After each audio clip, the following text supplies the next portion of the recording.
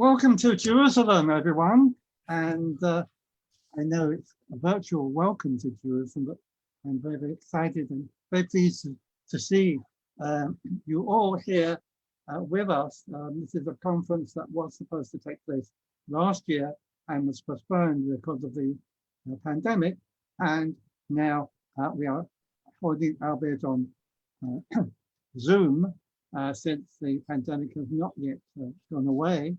And I know some of you are suffering from it much more than we are here in Israel, where we are still not at the end of it. So again, thank you all for participating. I would just say a couple of words on technical matters before I formally open the conference. Firstly, please keep your microphones muted. And if you want to ask a question, please put it in the chat box. The chair of the session will collect the questions at the end of the panel, and as long as time permits, we encourage discussion. The chair will read out the questions to the panelists.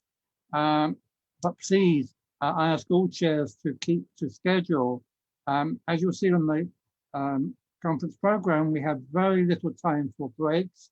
I will try at the end of the first session to try and make 10 minutes break. And I ask chairs, please, if possible, leave time at the end for a few minutes break. We must start the following session according to the program. I apologize, but we are limited by the Zoom format because we have to get a very busy program in 4 days.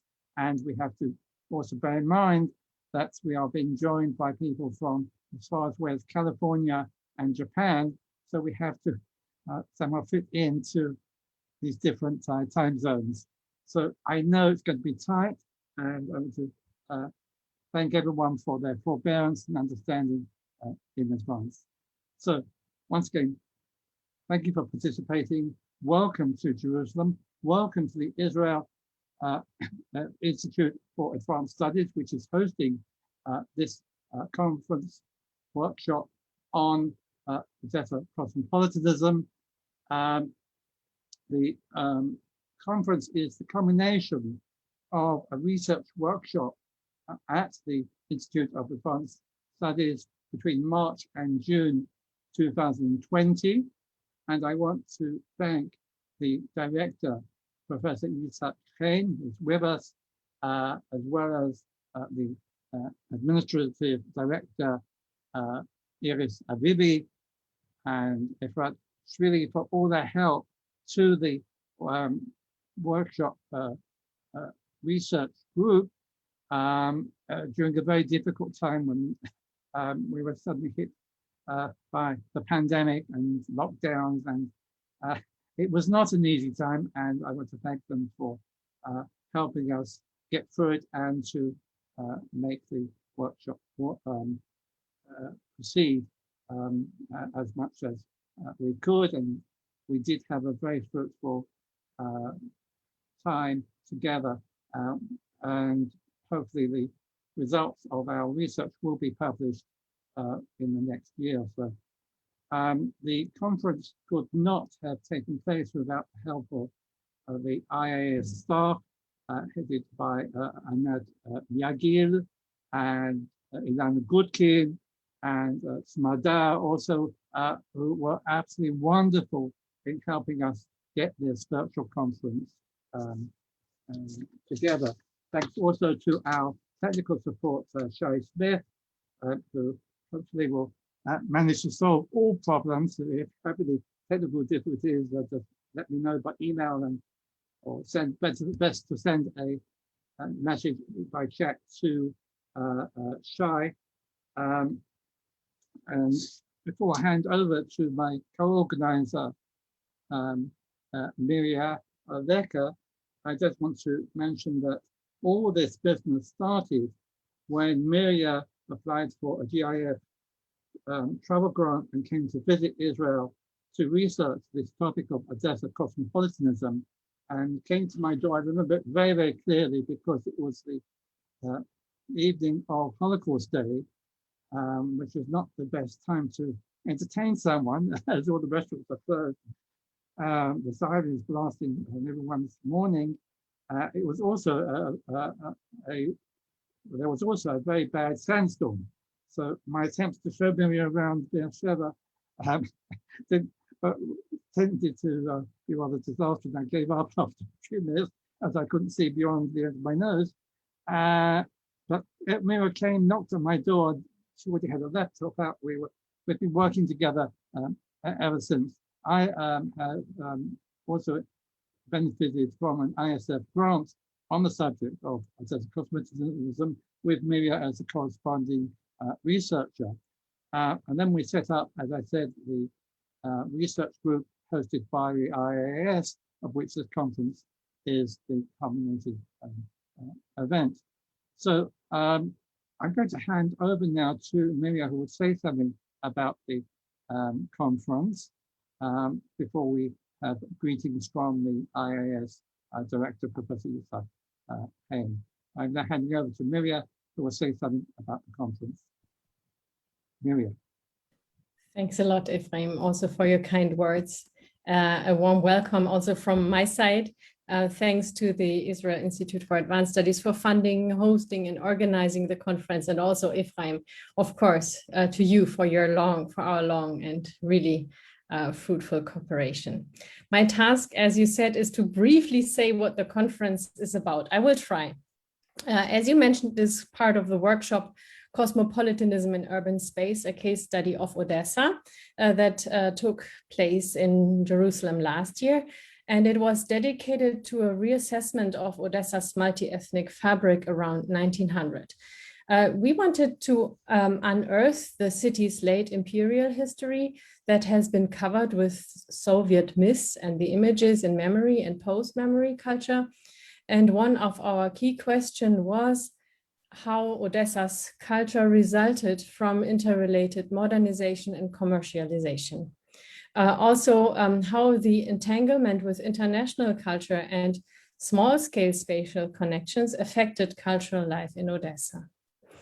We found it particularly important to inquire in which concrete physical and metaphorical spaces cultural contact took place, but also how mutual ignorance and denial among culturally active people could possibly be explained. We employed the notion of cosmopolitanism as a critical tool for understanding the concrete processes of cultural production and also identity negotiation in the urban environment. As Magdalena Nowicka and Gerald Delanty have pointed out, a cosmopolitan perspective focuses on the problems that cultural difference entails and on the networks that do not correspond any longer with the vision of territorial fixation of politics or culture or society. So our starting point was the insight that purportedly stable entities are constantly being transgressed and enact exchange processes, and those are at the core of our research interest. The conference we are opening right now is part of this discussion, and it also opens it up to a broader context. It enlarges the focus from cultural historical reconstruction to other disciplines that also inquire the interaction of citizens and cityscape with imaginations and concepts of community in the Black Sea area and beyond. So now if you look at the title of the conference, Odessa, Cosmopolitanism, Modernism, at least potentially there's a thesis implied that there is a causal connection between Odessa being part of larger spatial networks and its thriving modernist movements in literature and the arts. Cosmopolitanism, therefore, is an important concept that sheds light on how cultural interaction in the multi-ethnic city was framed.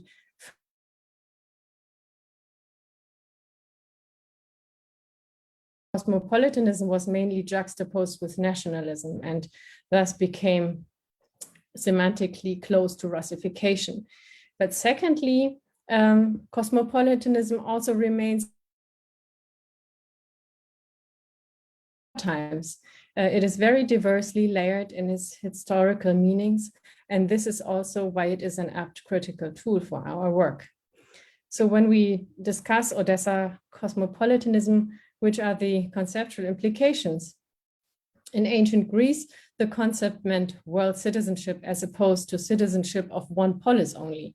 What comes to mind here is the close proximity of ancient Greek polises to Odessa, and also the numerous Russian attempts to claim this heritage and include it in cultural self-presentations. Or one might take the enlightened universalist notion of Immanuel Kant that looks for ways to lay ground for a world order based on hospitality and associated rights.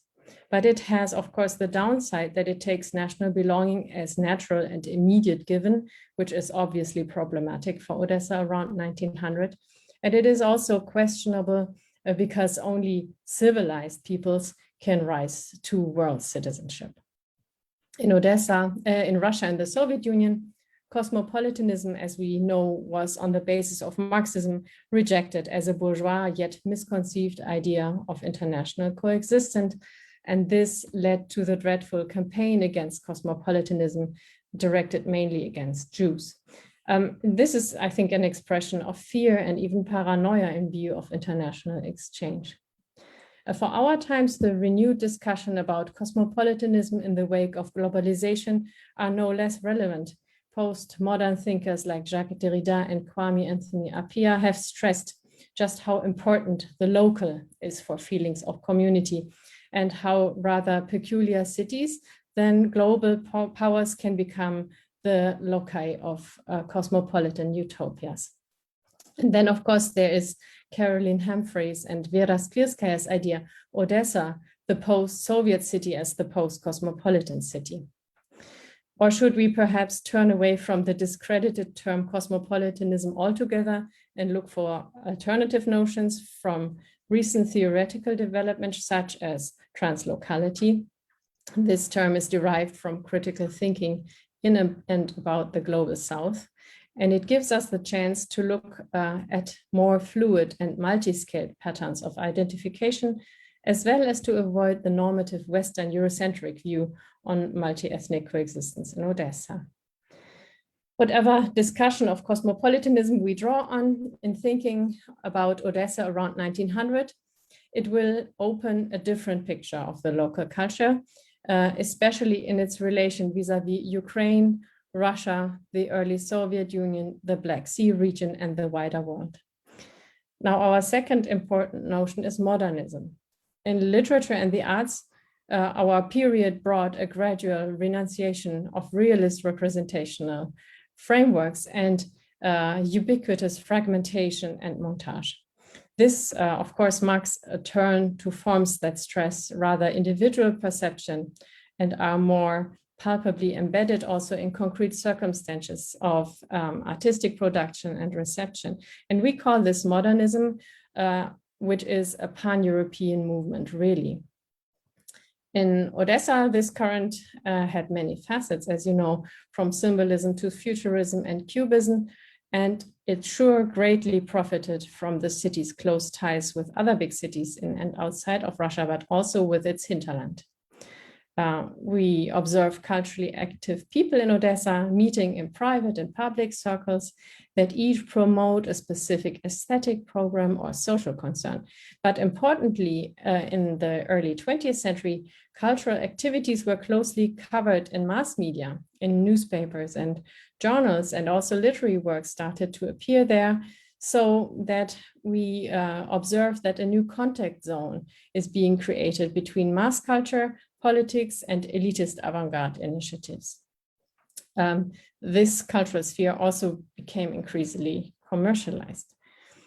Odessan modernism became, as we know, the city's trademark, traveling from 1920 on with elites to Moscow, Leningrad, but also Berlin, Israel, and the United States. And our conference is meant to open up our focus on Odessa's larger context, taking a comparative view to other multi-ethnic places in the Black Sea area, in the Mediterranean, the Levant, and Russia, but also broadening the disciplinary and temporal scope, since we will also delve into the memory and post-memory discourse. When we sent around the call for papers in early 2019, we received far more excellent submissions than we could have placed. Then we thought we would have 4 days in Jerusalem 2020. And our main limiting factor were travel expenditures and accommodation costs. Now that we are in the wake of COVID-19, we had to switch to the present online format. And since our participants, as Efraim just mentioned, come from all over the world and different time zones for that matter, we had to reduce the agenda even more and have fewer papers presented. I regret that very much, but nonetheless, I'm looking forward to what we managed to rescue. We will have leading researchers of Odessa and its transcultural connections from all over the world giving presentations. And now I will shortly give you an overview of what we are planning. We will start with Israel Batar's keynote address and then look at Jewish and non-Jewish places in Odessa, as well as at the port that was, of course, the main hub for Odessa's international exchange. Afterwards, we have a panel on literary modernism that is followed by talks about the city's ethnic composition and the question of its linguistic outlook, which is, of course, fascinating. Then we will zoom in on Vladimir Jabotinsky, who is, of course, a key figure in our discussions. And then we turn to sex, crime, and violence topics that were really important in the early 20th century, but remain culturally associated with Odessa, at least into the Soviet period. Then we will delve into the memory and post-memory of Odessa. And the closing day of our conference will begin with a broader comparative section in which Odessa will be located in the network of other transnational cities and regions across the Black Sea. Afterwards, we have a look at the turning point of the 1905 revolution in Odessa before we will have our final concluding roundtable discussion on cosmopolitanism that is meant to bring the threads of our discussion together. So I'm looking forward to this rich and promising program and really thank you warmly for attending. Thank you very much for that wonderful introduction, Miria. And I would now like to hand over the microphone to Professor Yitzhak Hen, who will read the conference in the name of the Israel Institute for Advanced Studies, which is hosting this conference. Yitzhak, please. Thank you. Thank you, everyone, and welcome to the Israel Institute for Advanced Studies and to Jerusalem. I think that I can see Eli and probably Bartal are the only ones in Jerusalem, actually. So welcome anyhow, and I can't really express how happy I am to see this conference really materialize, because the group on Odessa was, I think, the most unfortunate group in the history of the Institute ever. 2 weeks after they arrived at the Institute, Israel went into lockdown, and they were actually locked in their flats in Israel. And we were trying to keep them alive and to make them contact each other. And after a few weeks, some of them left back home, which was really logical for them to do. And but the group actually did take place, and they did meet on Zoom, and they did have their seminars. So not all of it was lost forever. And now this conference, and we do hope to have a reunion of that group in a year time or 2 years time. So we do hope to see you all in Jerusalem, and all I can wish is a fantastic conference for you all, and a very informative one. I just want to make one remark, is that the connection between Odessa and Israel is not too far-fetched, because when you think about cosmopolitanism and urban space in Israel, you immediately think about Tel Aviv, not about Jerusalem, which is the most beautiful place on earth, but you think about Tel Aviv and its cosmopolitan and urban spaces and culture.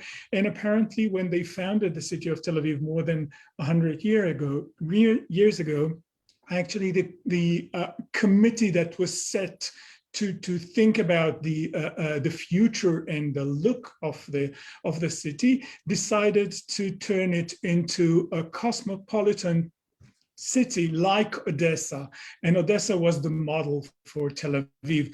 I don't know if you discussed this in some of the papers, but I would like to hear whether this enterprise was a successful one and how Odessa like Tel Aviv is. So thank you all for joining us, and I wish you a fantastic conference and hope to see you at the Institute sometime in the future. Thank you very much. Thank you very much indeed, Itik. It so happens that the first mayor of Tel Aviv was Mayor Dizengoff, who was, of course, from Odessa. So the link was there right from the beginning, and the idea of Bialik and his friends walking around, strolling, or as we say in Hebrew, is Negev, walk around Dizengoff Square. It is now, it is still a tradition of the city. So it's not quite the city of flaneur as it was in the 20s, but certainly a city of cafes, of non-stop life. Stereotypically, of course, the opposite of Jerusalem with its holy sites and so on. But that is, of course, part of the myth of Tel Aviv. And today, many Jews have arrived from the Soviet Union and created a kind of new Odessa in Israel, and not only in Tel Aviv, with a kind of hybrid Odessa, Soviet, post-Soviet Israeli culture, and that is attracting the attention of anthropologists and ethnographers and cultural studies scholars. So this is something that's still ongoing, even if Odessa is now more myth than reality.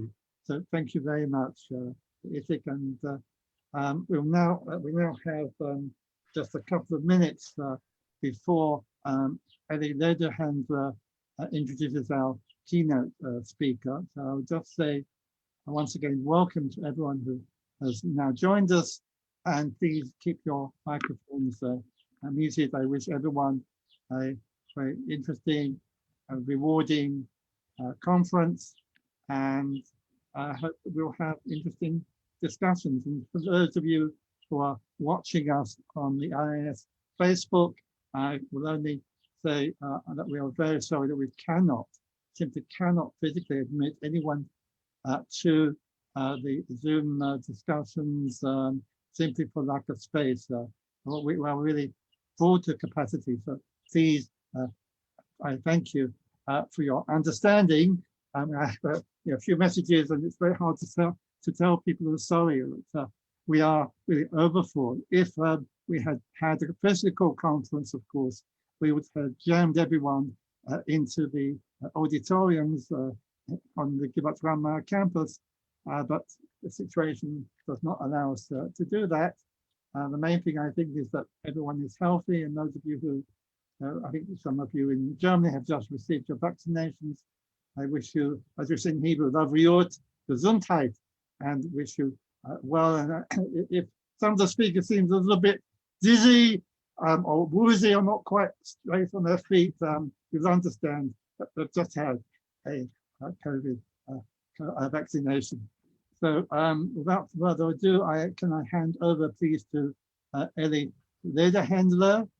Eli, and the floor is yours. Yes. And thank you, Efraim. You to introduce our keynote speaker. Thank you, Efraim. It is indeed an honor for me to introduce our keynote speaker. Yisrael Bartal is a professor emeritus of Jewish history and former dean of the Faculty of Humanities at the Hebrew University of Jerusalem. He has served as the chair of the Historical Society of Israel between 2007 and 2015. Since 2016, he is a member of the Israel Academy of Sciences.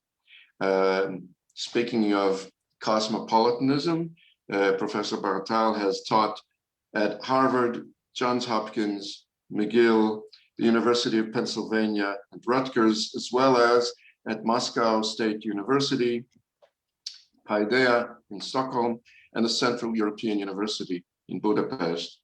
He is the author of many outstanding and pivotal publications, and perhaps most apropos in this context, I'll mention that he's the author of The Jews of Eastern Europe, 1772 to 1881, published in 2005 by the University of Pennsylvania Press, a book that has also been published in Hebrew, Russian, and German editions. And indeed, Professor Bartal is, I think, the foremost authority on East European Jewish history, and it is therefore quite fitting that he should be the keynote speaker at this conference. He will address us on the intriguing topic, The Fires of Hell, or Azoi Vigot in Odessa, Revisiting Jewish Odessa from Mendoza, Argentina, 1964. Professor Bartal, the floor is yours. Thank you very much. Good afternoon, everyone, at least in Jerusalem this afternoon. Yitzhak Zev Spivakov, 1874-1968, born in Odessa in the southwestern part of the Russian Empire. He was a poet, translator, teacher, and linguist who was fluent in Russian, the language of his nation of origin, and lived out his later years as an emigre in Mendoza, Argentina. After emigrating to Argentina, Spivakov learned Spanish, but his mother tongue was Yiddish, and as an adolescent, he learned to write in Hebrew. It was in this language, a holy language that had been modernized, that he chose to write the story of his life for future generations. His memoir was written in a form of now archaic literary Hebrew that was used by part of the Jewish intelligentsia in Eastern Europe during the first part of the 20th century. The linguistic process that led Spivakov to write the way he did was both a central component and an influential factor in the process of historical change the Jews of Eastern Europe underwent in the face of the challenges of the modern era. The language used in his memoir is the product of a process of acculturation that took place in the time and space separating the Russian imperial city of Odessa and the provincial city of Mendoza, Argentina. In the content of his story lies the tale of the unique acculturation processes that Spivakov experienced.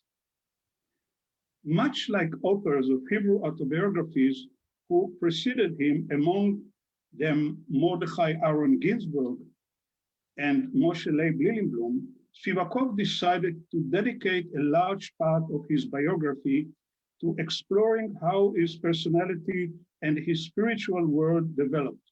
But whereas the work of Ginsburg and Lilienblum, both of whom were members of the Haskalah movement, are rather didactic in character, replete with sharp social critiques about the society in which they had grown up, Spivakov chose another path.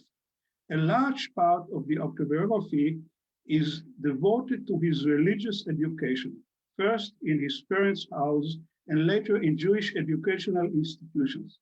In contrast to what was common in Maskilic autobiographies, Spivakov's autobiography completely lacks their so-called confessional element, in which the author recognizes the severe wrongs inflicted upon him by the traditional religious Jewish society, which irreparably damaged his young soul, hindering the development of his full adult personality.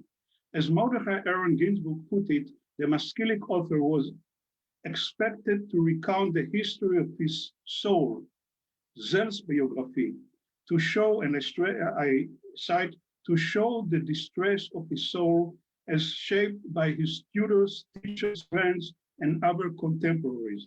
This was a far cry from Spivakov's approach in his memoir. In this sense, he can be considered a clear-cut example of a post-Maskilic Hebrew writer. Alongside the axis of personal development, the plot of Spivakov's written life progresses down a second track, which ultimately dictates the unfolding of the narrative.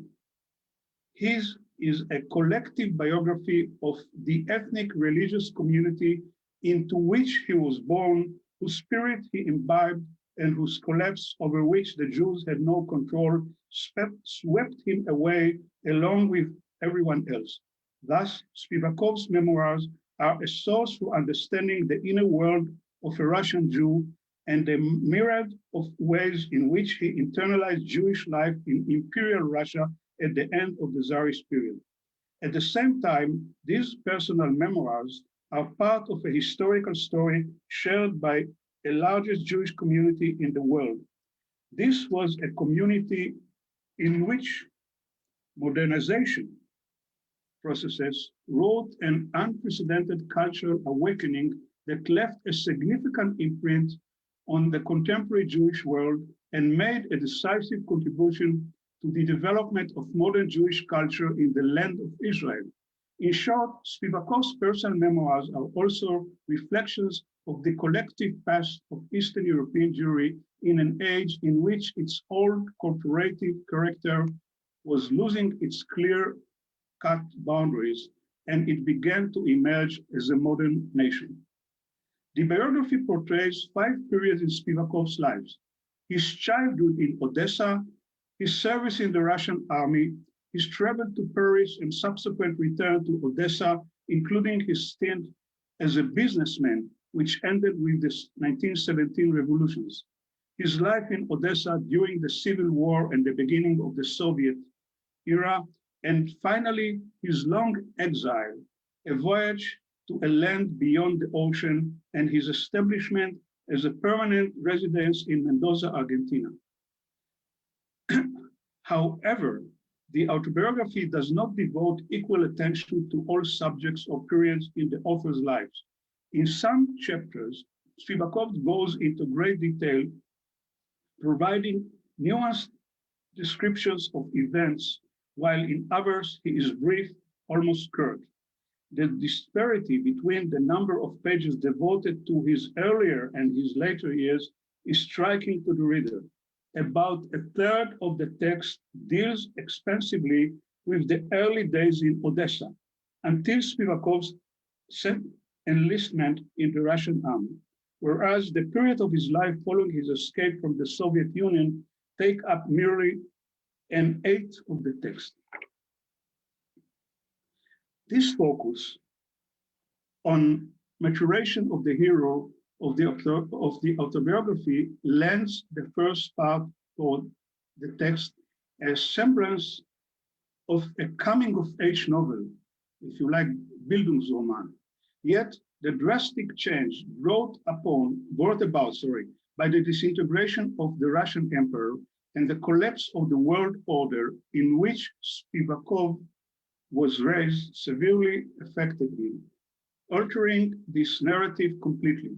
As a result, the second part of his book reads like a tale of migration, a narrative in which the memoirs of his youth, gleaned in his far-flung, abandoned hometown, have no place in the reality of his new land, a world in which the elderly Spivakov feels, and I cite, foreign and estranged.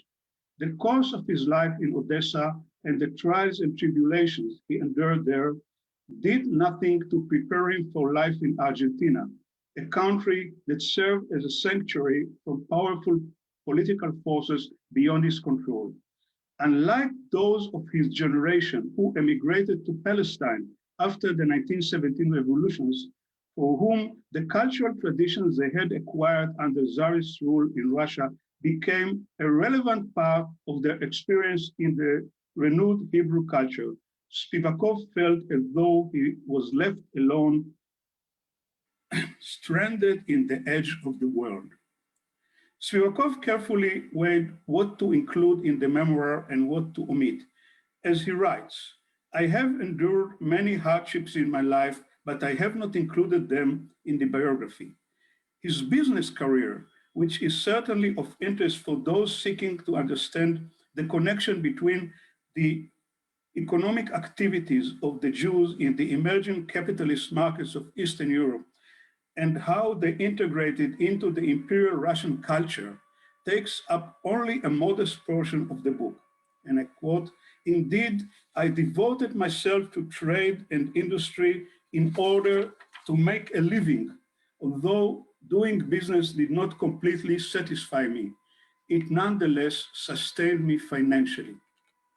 The particulars which Spivakov nevertheless did choose to reveal about the subject portray him as a financial entrepreneur, an agent in an oil production company, and the owner of a paint factory whose wares were shipped across the empire, and who lived in a manner that was characteristic of a Jewish bourgeoisie in the major cities of Tsarist Russia. The sparse details embedded in the memoir of all imperial business trips serve as a background for descriptions of meetings with people of various ethnic origins, classes, and religions. Thus, for example, Spivakov spent some time in a Russian monastery where he spoke with priests and nuns and examined up close a world that was for him completely alien and distant.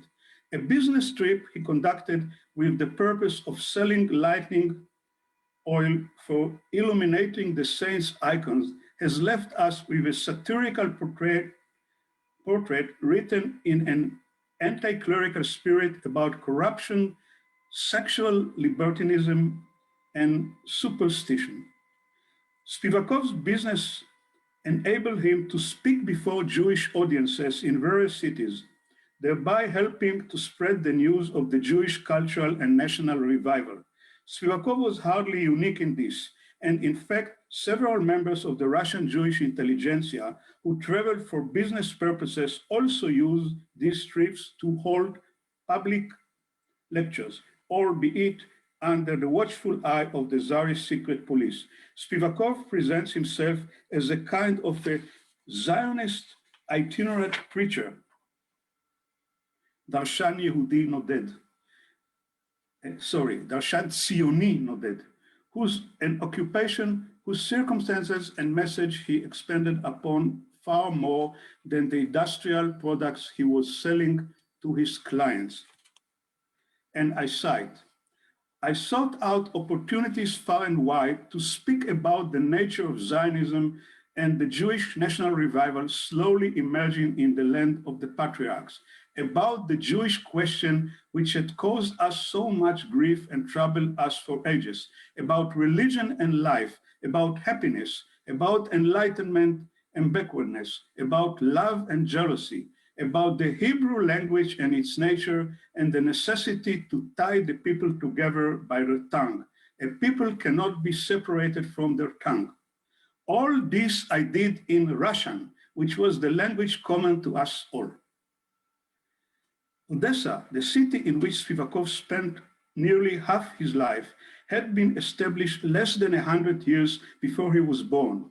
There was a lower city of Odessa, a bustling port situated at the central trade junction between East and West, which attracted immigrants from far and wide. And there was what might be called a heavenly Odessa, a literary convention referring to a utopian destination, an intangible place yearned for by lovers of culture and knowledge, and feared by pious conservative Jews. The Maskilim gave the utopian city the high-flown Hebrew name of Ashdod. But for the average Jew, there was a saying in Yiddish that the fires of hell burn for 10 miles around the city of Odessa, with alternate versions stating exactly how far beyond the city's limit these fires burned. When those who pursued the vision of a heavenly city met with Odessa's actual realities, discovered the alienation of city life, and experienced firsthand the cultural superficiality, they were gripped by a passion to return, at least in their spirit, to the old world they had left behind. The depth of the crisis wrought by the shattering of the illusion of a heavenly Odessa, poignantly expressed in Moshe Leib Lilienblum's great confession, The Sins of Youth, Chatat Nurim, a revealing autobiographical document that was published when Spivakov was 2 years old. It seems that the Odessan reality in which Spivakov grew up and was educated, and the image of this city, whether utopian or dystopian, with which he became acquainted by reading Maskilic writings and listening to ultra-Orthodox sermons, reinforced each other. The tension between what Spivakov recollected and what was written about the city by others, both admirers and critics, is a constant accompaniment throughout his autobiography. What set the city of Odessa apart in Russian history and the history of the Jews in Eastern Europe? This metropolis grew out of an ambitious imperial project conducted by Catherine the Great during the second half of the 18th century, in which the borders of Russian sovereignty were pushed far back into the steppe region to the north of the Black Sea. In 1783,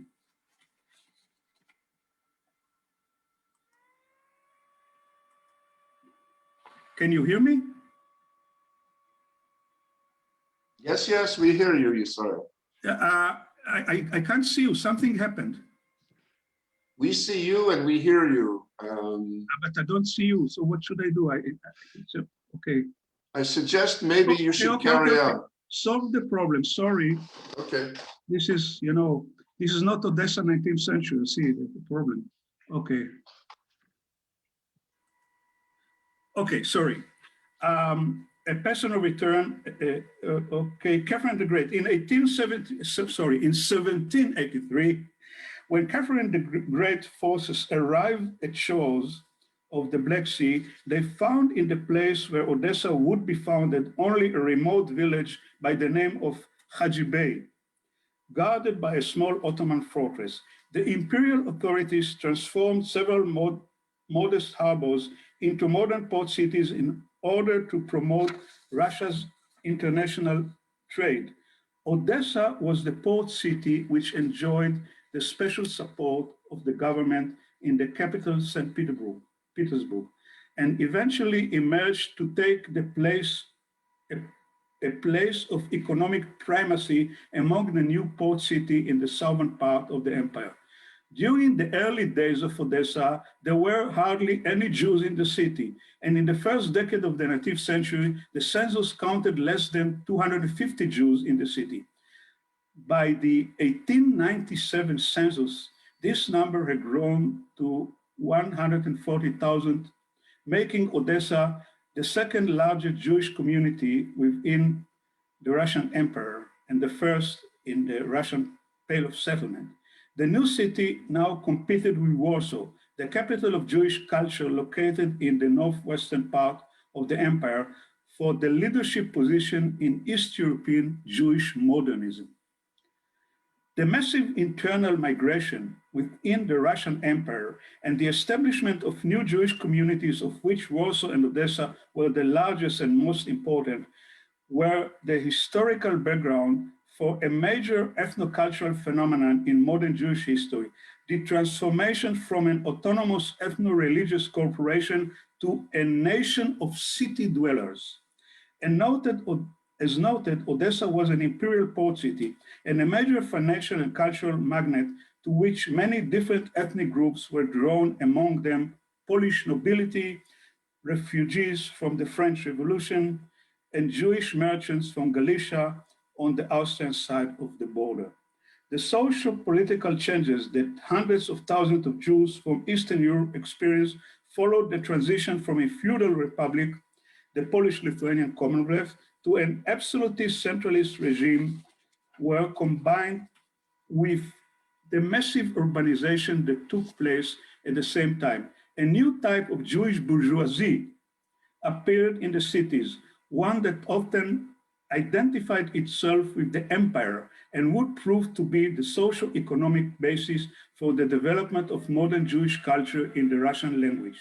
Simultaneously, a Jewish urban proletariat also took shape. At the beginning of the 20th century, this group numbered in the hundreds of thousands and was the main audience for radical movements promoting social reform and opposing the regime. The acculturation processes that took place in the major cities had different effects on the various groups within Jewish society. The impact of diverse cultural alternatives threatening the pre-modern heritage, a number of imperial identities, Western influences, and national cultures grew, and the competition between them became sharper and more pronounced in the city than in the provincial towns. But as attested to by Spivakov's memoirs of his childhood and adolescence, modernization and urbanization did not cause Jews to vanish as an ethno-religious group distinct from the other immigrants who arrived in the big city. Quite the reverse. One could argue that the condition of the metropolis were those that encouraged the preservation of the separate nature of the Jewish communities, while at the same time, Jewish identity experienced a flourishing of new identities unprecedented in the history of Eastern European Jewry. The urban context in which Spivakov grew up also contained the small Jewish town, both the imagined townlet as preserved in the memoirs of those who left it for the big city, and real-life social and cultural shtetl phenomena that were transplanted to Odessa with the immigrants and survived in the metropolis.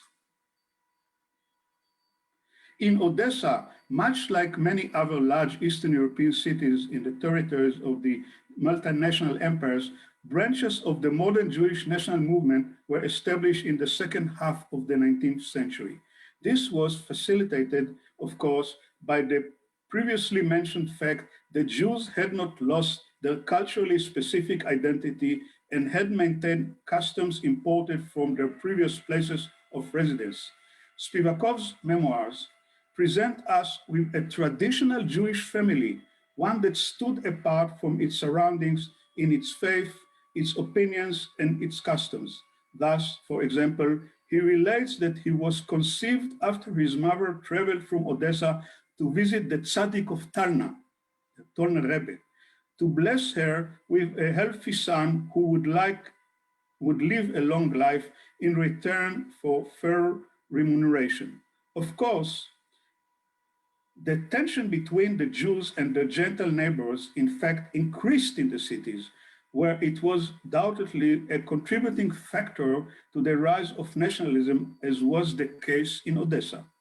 Spivakov came to age in a city filled with a volatile mixture of fierce economic competition, aggressive capitalism, and a dense proliferation of ethnic cultures and old traditions of religious hostility. The large groups of immigrants belonging to different ethnic religious groups did not blend in with each other and increased the inter-ethnic tensions, strengthening old prejudices and sharpening the financial competition. Ironically, it was in Odessa the destination of choice for Jewish intellectuals enraptured by the charm of Western culture and seeking civil equality, who hoped to overcome the ancient superstitions by means of reason, that violent clashes between these different groups broke out. Particularly tense were the relations between the large Greek community and the Jews, residues of religious animosity going back to Byzantine times. The Greek national awakening, one of whose centers was located in Odessa, and the intense economic rivalry between Greek entrepreneurs and the Jewish competitors for control on the grain export trade and civic commerce radicalized already in the first decade of the 19th century. It was no coincidence that the first pogrom in the southern port city broke out in 1821, At the beginning of the Greek uprising against the Ottoman Empire, Odessa, the largest Jewish city in the Pale of Settlement, was for 100 years the site of violent riots against Jews. Between 1821 and 1919, there were at least 6 waves of such pogroms. Spivakov experienced 3 of these violent riots while living in the city and documented them in his memoir. In May 1881, when he was 7, in October 1905, when he was 31, and in 1919, a few years before his emigration. The pain resulting from the gap between the heavenly city of Odessa, his city of birth, a place protected by the enlightened emperor, and the seething demographic volcano, which cast its shadow of terror upon the Jewish population, haunted Spivakov until the end of his life. And I cite, "The wild throng lifting its idolatrous church flags and icons to the sky, chanting, 'Kill the Jews and save Russia.' The police, placidly marching alongside the wild murderers, stood by and failed to do its duty, failed to do anything at all. It too was guilty of an enormous crime against the Jews and failed to come to their aid in the time of need." This is about 1881. The first Jewish nationalist in Odessa, in whose circles Spivakov was a member, experienced a process of acculturation in which Hebrew, an ancient liturgical tongue, served surprisingly enough as the means of communicating with Europe, alongside with Russian, the common language of a transnational empire in which they were subjects. The new Hebrew language nationally loaded gateway to Western Europe that was built in Odessa also served as a gateway to the Middle East. And all this took place in a city that literally linked East and West, not far from the invisible geopolitical border between the southwardly retreating Ottoman Empire and the Russian Empire that supposedly sought to restore the grandeur of Byzantium, at least second half of the 18th century. Empire that supposedly, this border ran parallel to another socio-economic border hinted at earlier, the border between the rural regions which grew the grain transported in vast quantities to the port of Odessa and the city's urban area in which capitalism reigned supreme. Spivakov was present at the birth of a Jewish nationalism whose heart was supposedly in the East, but which faced westwards and whose basis was firmly planted in the world of business ventures and financial activities.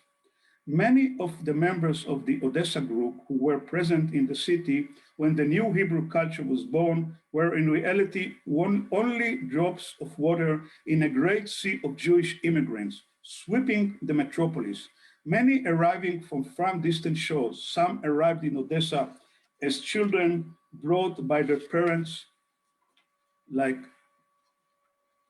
people like Sholem Yankev, Abramovich, Mendele Mocher Sforim, Moshe Leib Lilienblum, Asher Tzvi Ginsberg, Achad Ha'am, Chaim Nachman Bialik, Chaim Chernovitz, known as Rav Tzair, Joseph Klausner, Nahum Slush, and many others were born in small or middle-sized communities in Lithuania, Belarus, and the Ukraine. Although for them, the transition from a conservative environment to a modern metropolis was a major revolutionary step, Odessa was ultimately only a stepping stone, a chapter in their biographies, and a station in their literary or political careers. Spivakov, by contrast, was a child of Odessa, where he was born, grew up, and spent his childhood and youth. His life in this city continued into the Soviet period, and excluding the period of his military service and his years in France, he finally left it only when he was close to 50. One could say then that Spivakov was as much an Odessite as one could be, comparable to others like him, such as Vladimir Jabotinsky. And indeed, despite the differences between these two men, they shared a number of characteristics that might be connected to their common youth background in Odessa. First among these, in my eyes, is their combination of secular Hebrew culture, at times outspokenly secular, and their identity as part of a Russian culture. Spivakov's identification with the city, which was about 80 years old when he was born, appears in the memoirs in conjunction with his sense of belonging to the Russian Empire. A similar identity was shared by many of the immigrants to the provinces of New Russia, encompassing such diverse groups as ultra-Orthodox religious Jews from Lithuania, Greeks from Anatolia, German farmers from Württemberg, and people of many other nations who were invited to settle the new cities and agricultural colonies in the region. Together, these diverse groups formed a rich ethnic mosaic, held together by loyalty to an empire whose territories had expanded during Catherine the Great's period to include formerly Turkish territories. Spivakov presents himself in his memoir as the great-grandson and grandson of God-fearing Jews who took part in the project of extending the empire's borders to the shores of the Black Sea. This was a massive undertaking that lasted from the wars against the Ottoman Turks at the end of the 18th century until the beginning of the reign of Tsar Alexander II in the middle of the 19th century.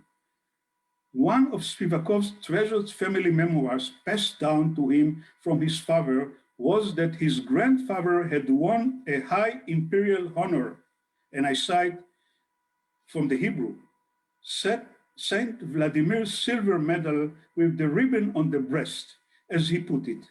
This same grandfather had had the honor of shaking the hand of Tsar Alexander II during his state visit to Crimea to inaugurate a monument to the city's legendary mayor, Mikhail Vorontsov, 1782-1856. A Russian nobleman and a field marshal who had gained renown during Napoleon's invasion of Russia in 1812. Spivakov's grandfather was honored for his part in creating a military facility in Ochakov, Ukrainian Ochakil. It seems likely this was the restoration of the fortress controlling the estuary of the Dnieper, which had been taken by the English army in the Crimean War on the 17th of October, 1855, during the Crimean War. The name Ochakov was of great significance in the imperial discourse during the Tsarist period.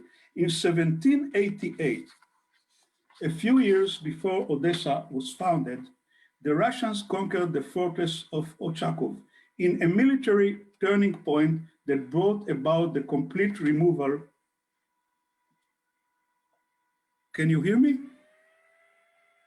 Yes, we hear you fine. We see you and we hear you.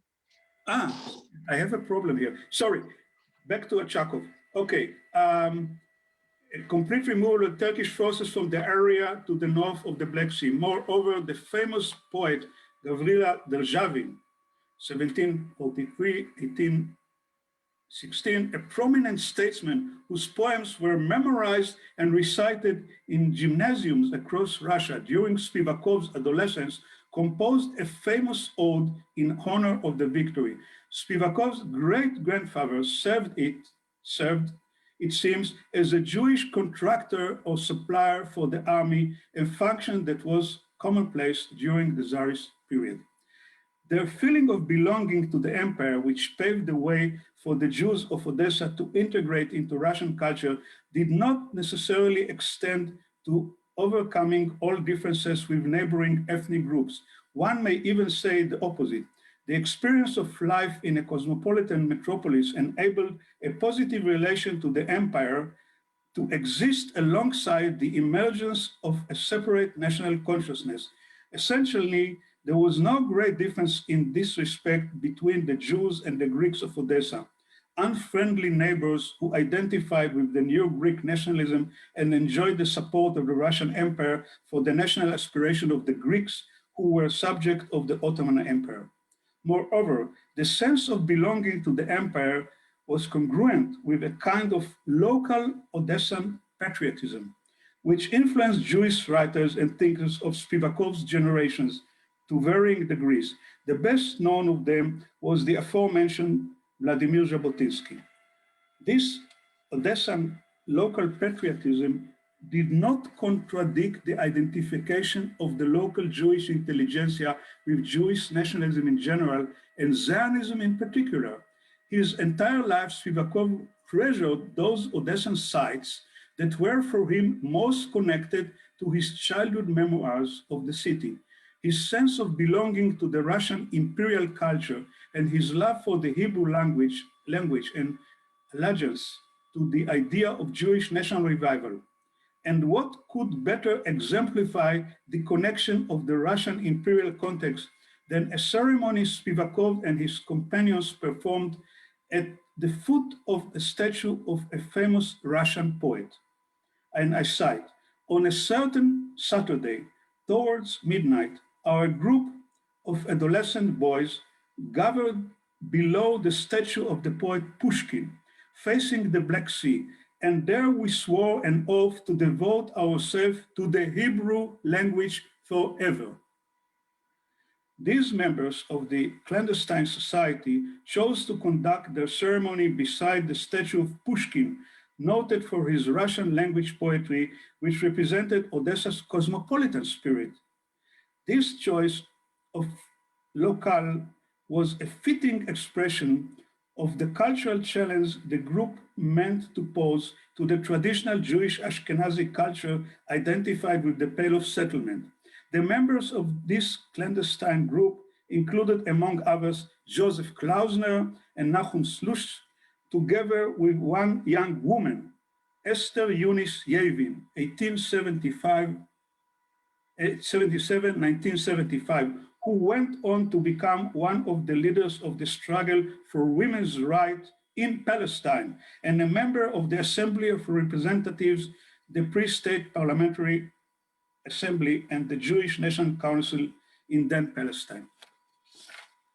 The group's decision to pursue a radical nationalist line was inspired by the teacher at the Jewish Gymnasium, Yehuda Leib Davidovich, 1855-1897, who published widely on educational matters in the Hebrew language journal Hashiloach, and translated a book by the English philosopher Herbert Spencer into Hebrew. Spivakov composed the Hebrew text of the oath that the members of the group took. We have the full text in the biography.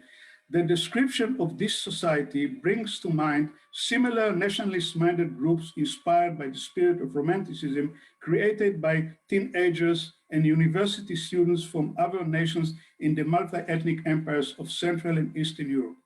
While Pushkin's statue lent a cosmopolitan nuance to the group's Odessan identity, the previously mentioned monument to Mikhail Vorontsov added the pre-national imperial affinity of their parents and grandparents to the register of ethnic heterogeneity, which was part and parcel of this local identity. Spivakov's cultural world took shape, as it were, between these two civic monuments and their historical provenance. They were erected in the city by the Russian imperial regime, which shaped the map of the city along the contours of the various ethnic groups of which it was composed, naming streets after Italians, Greeks, Jews, and others of the founding communities. This geography of memory, etched out in Spivakov's Odessa chapter in his autobiography, provides us with insight into an additional dimension in the elusive reciprocal relationship between continuity and change and tradition and revolution. A relationship that accompanied the initiators of modern Jewish nationalism on their journey from the imperial metropolis to the shores of Palestine. Many of the members of the Odessa group who went on to spread the legacy of the Jewish cultural creation in Odessa around the world had already undergone the process of extricating themselves from their traditional Jewish background before arriving in the city. Spivakov, by contrast, underwent this process, a well-known and almost essential part of the group's biography of tens of thousands of members of the Jewish intelligentsia in Eastern Europe, which even became a literary convention without ever leaving the city of his birth. For Spivakov, the metropolis was never a utopia, but simply his home. Moreover, as the son of a family that conducted a traditional Jewish way of life in the big city, his memoirs do not link the old-fashioned Jewish lifestyle with a small town or shtetl. The image of the small Jewish town as a bastion of bygone traditions cut off from the modern world is a well-known theme in Jewish literature and often appears as if a historical fact, but that is not how Spivakov remembered the place of his birth. And yet, his memoir recounts aspects of the Odessan reality in Jewish neighborhoods that are remarkably similar to descriptions of life in the shtetl that features so prominently in Hebrew and Yiddish literature. Later in life, when he traveled far and wide as a soldier in the Russian army and afterwards as a businessman, Spivakov moved in the opposite direction from the route taken by the numerous immigrants living in the provincial towns and villages for Odessa. While the immigrants introduced their memoirs of the small town into the metropolis, which was also the place where they refined and developed the literary image of the traditional Jewish shtetl, Spivakov brought with him the cultural wealth acquired in the big city, introducing it to small provincial towns in Russia and the northeastern Poland. Spivakov's memoirs amply demonstrate the highly heterogeneous, complex, and volatile nature of the cultural melting pot into which the Jews of the Russian Empire were thrown when modernization process swept the country at the end of the Tsarist period. Spivakov opens a window through which we can glimpse something of the ethno-linguistic blend that reigned in the period preceding the First World War. There were other options to the acculturated Jews experienced.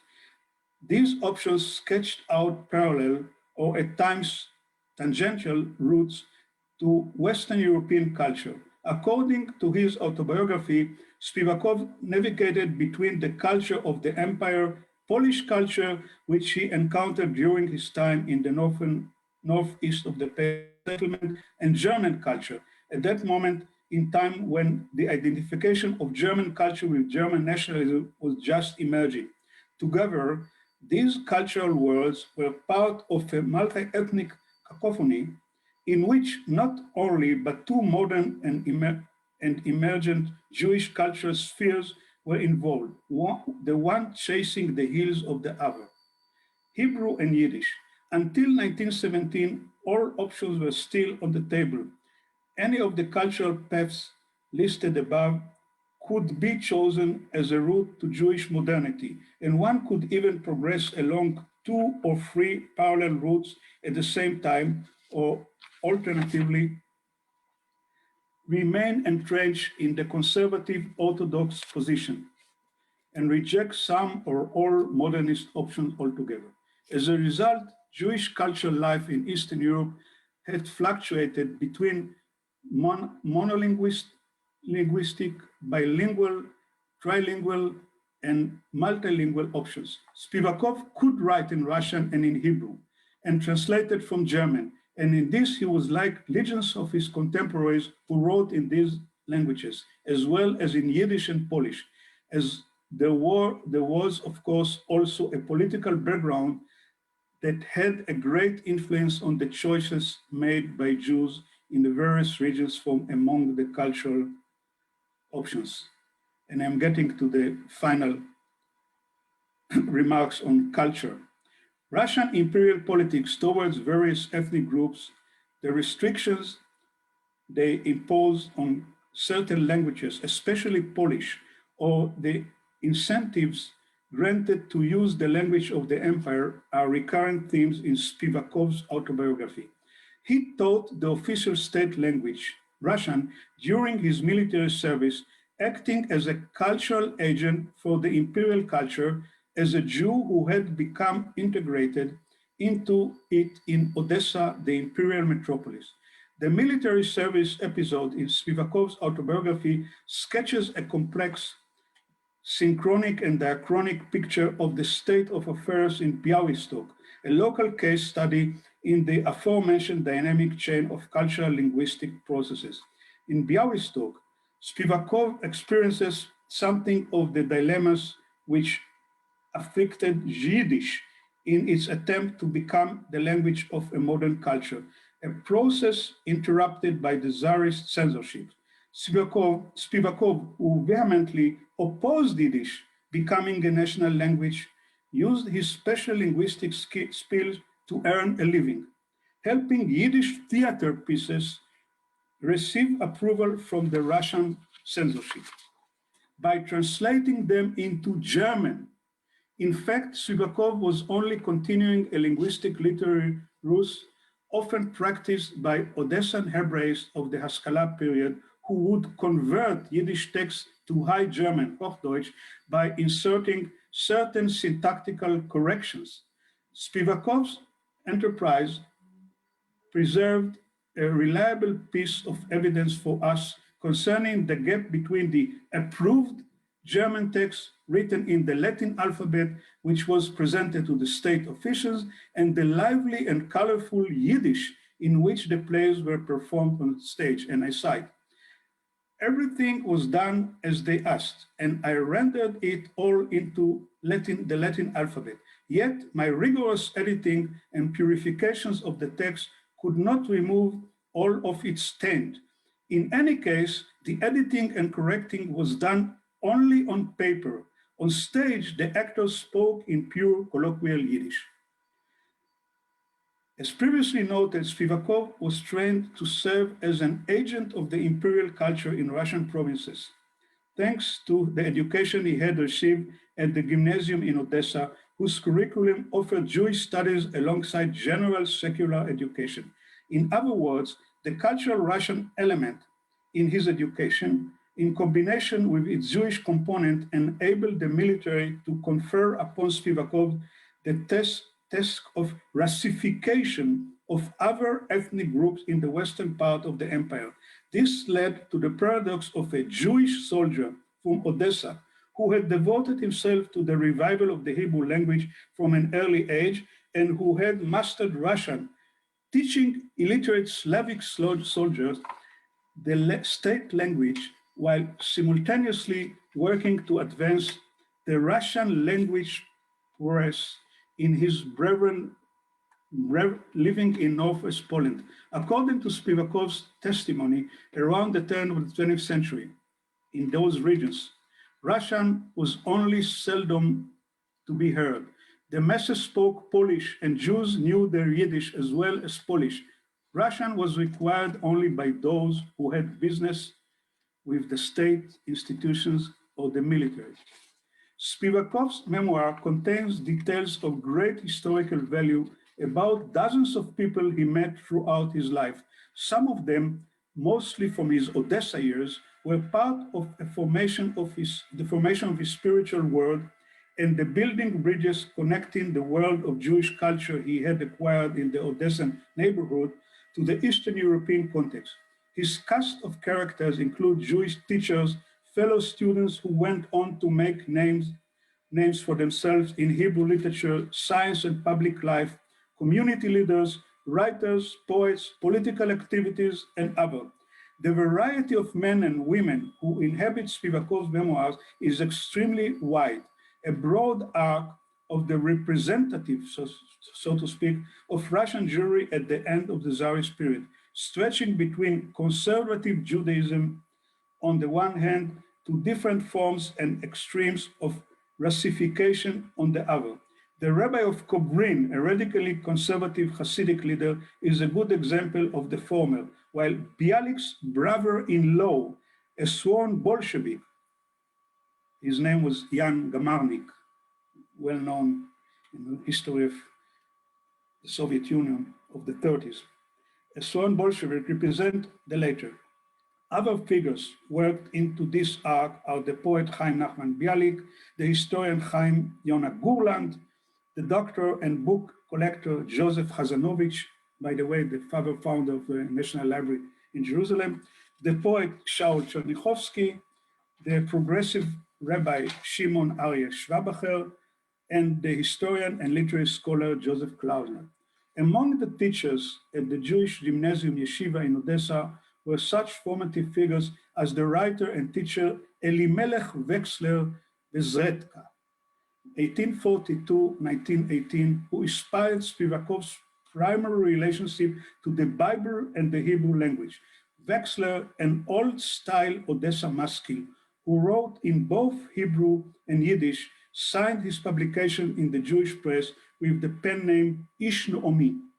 Wexler is a recurring figure in the autobiography, appearing in different periods, beginning with Spivakov's childhood memoirs in the 1880s and ending with the description of Wexler's funeral during the turbulent days that followed the 1917 revolution. Throughout his life, Wexler was an adherent of biblical truth. He adamantly refused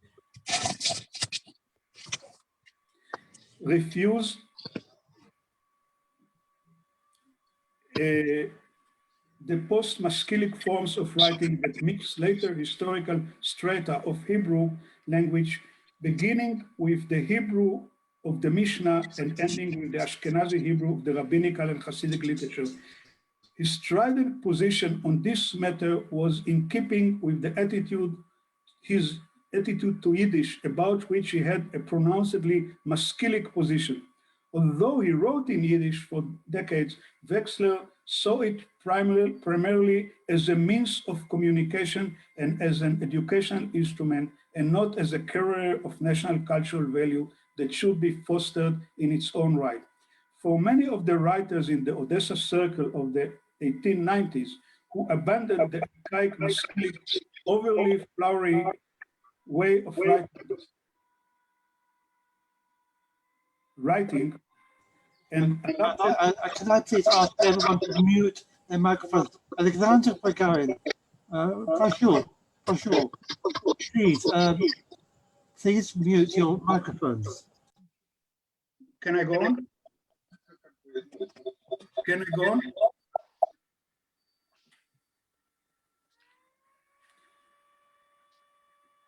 Wexler saw it primarily, for many of the writers. Добрый день, дорогие друзья.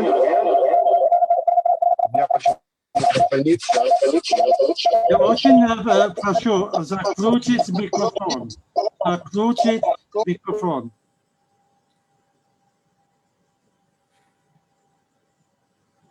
Спасибо. And adopted Hebrew prose after the style of Mendele Moicher Sforim, while simultaneously taking an active part in the fostering of literary writings in Yiddish.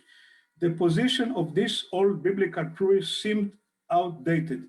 It belonged, and I cite, to a bygone generation whose style differed from that of the contemporary generation of writers as much as the spiritual problems which concerned them. As the young, innovative poet Shaul Chernichovsky described him 30 years after he met him, browsing through the Hebrew newspapers in the Odessa library. Spivakov, on the other hand, never ceased to see his teacher, whom he affectionately called, and I cite, the purist writer, as a source of inspiration for his life's work in the revival of the Hebrew language, and an intellectual whose secular approach to the biblical scriptures influenced his choice to abandon the traditional way of life in which he had been brought up. Spivakov remembered Wexler fondly for his support of the Hebrew journal published by Spivakov's and his fellow high school students, Hagan. Spivakov's memoir offers its readers a unique alternative canon in the history of modern Hebrew culture.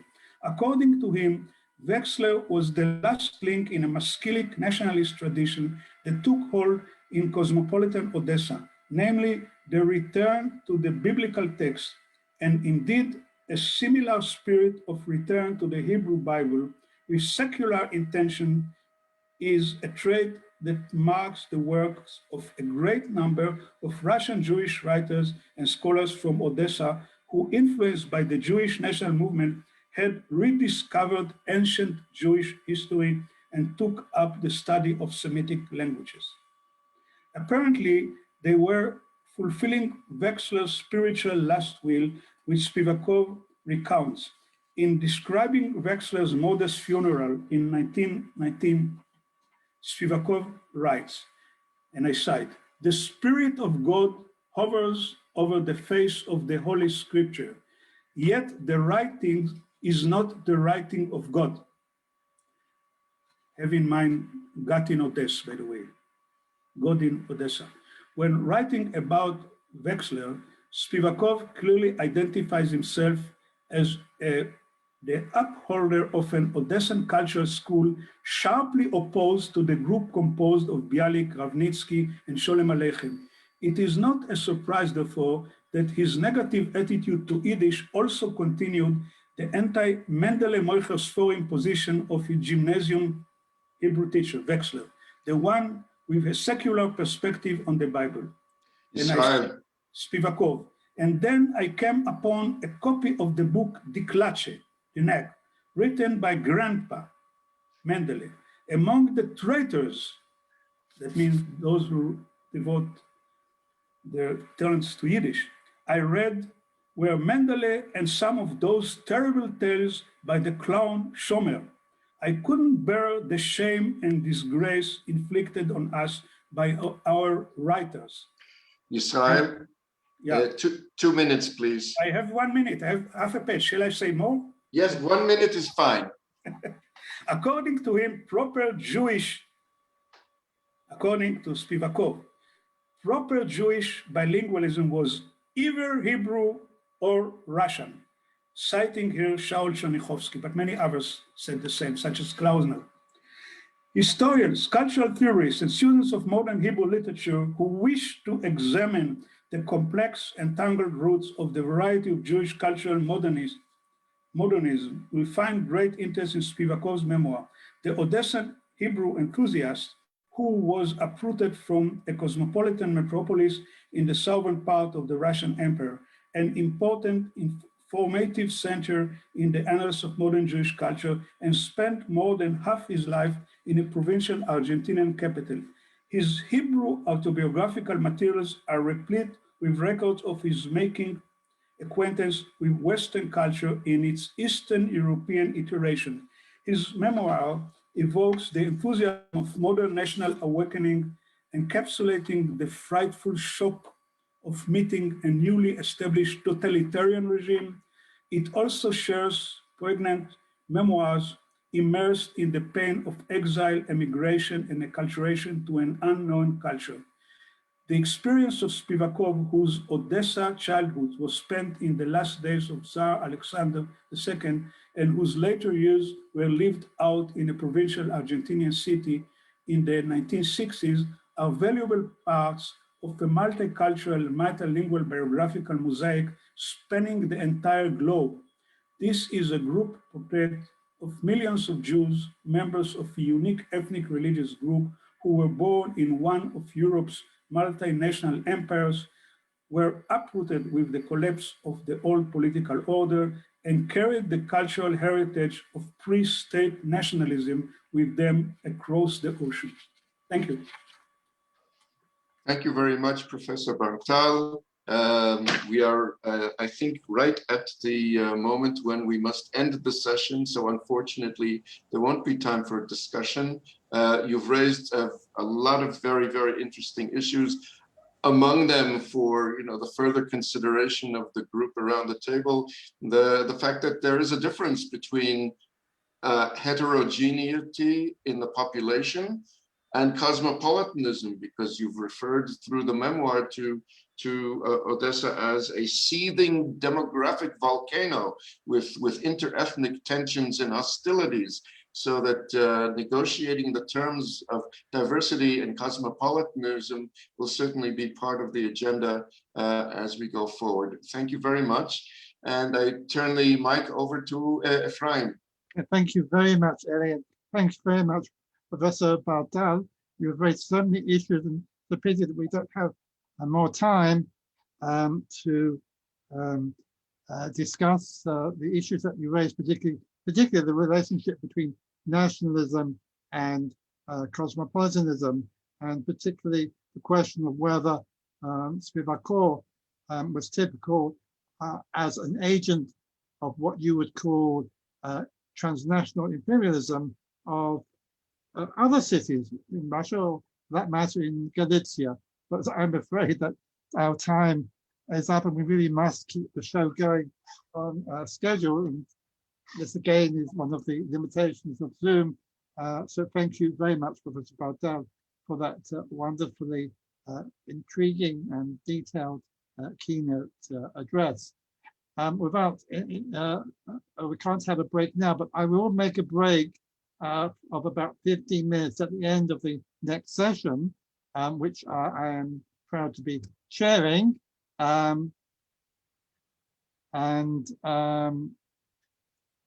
hope everyone can hear me. I hope you can see me as well. I'm very pleased to begin the next session.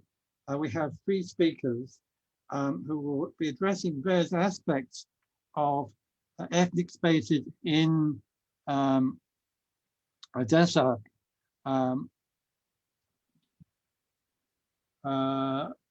whether these spaces can be called Jewish, non-Jewish, cosmopolitan, what we mean by cosmopolitan.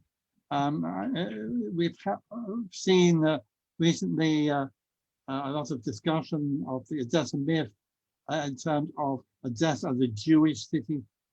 There's an American historian who's written a book about Jewish Odessa as the old Odessa, barely mentioning Bialik, but talking about criminals, a kind of wonderful imagined Jewish Odessa, which, again, as we've heard from Professor Bartal's talk, was much more complex on the ground and in historical scrutiny. So without more ado, I'm going to ask our speakers to be ready to begin.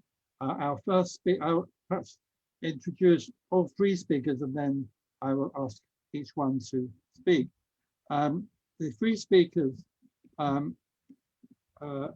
in this session are Svetlana Natkovich, a senior lecturer in the Department of Jewish History at the University of Haifa.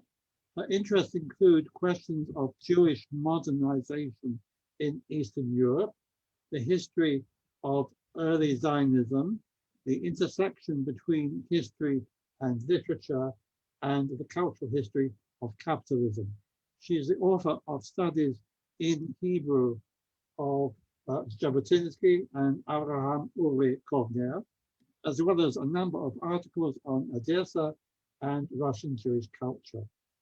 Our second speaker will be Dr. Alexis Hofmeister, a lecturer and postdoctoral researcher at the University of Basel.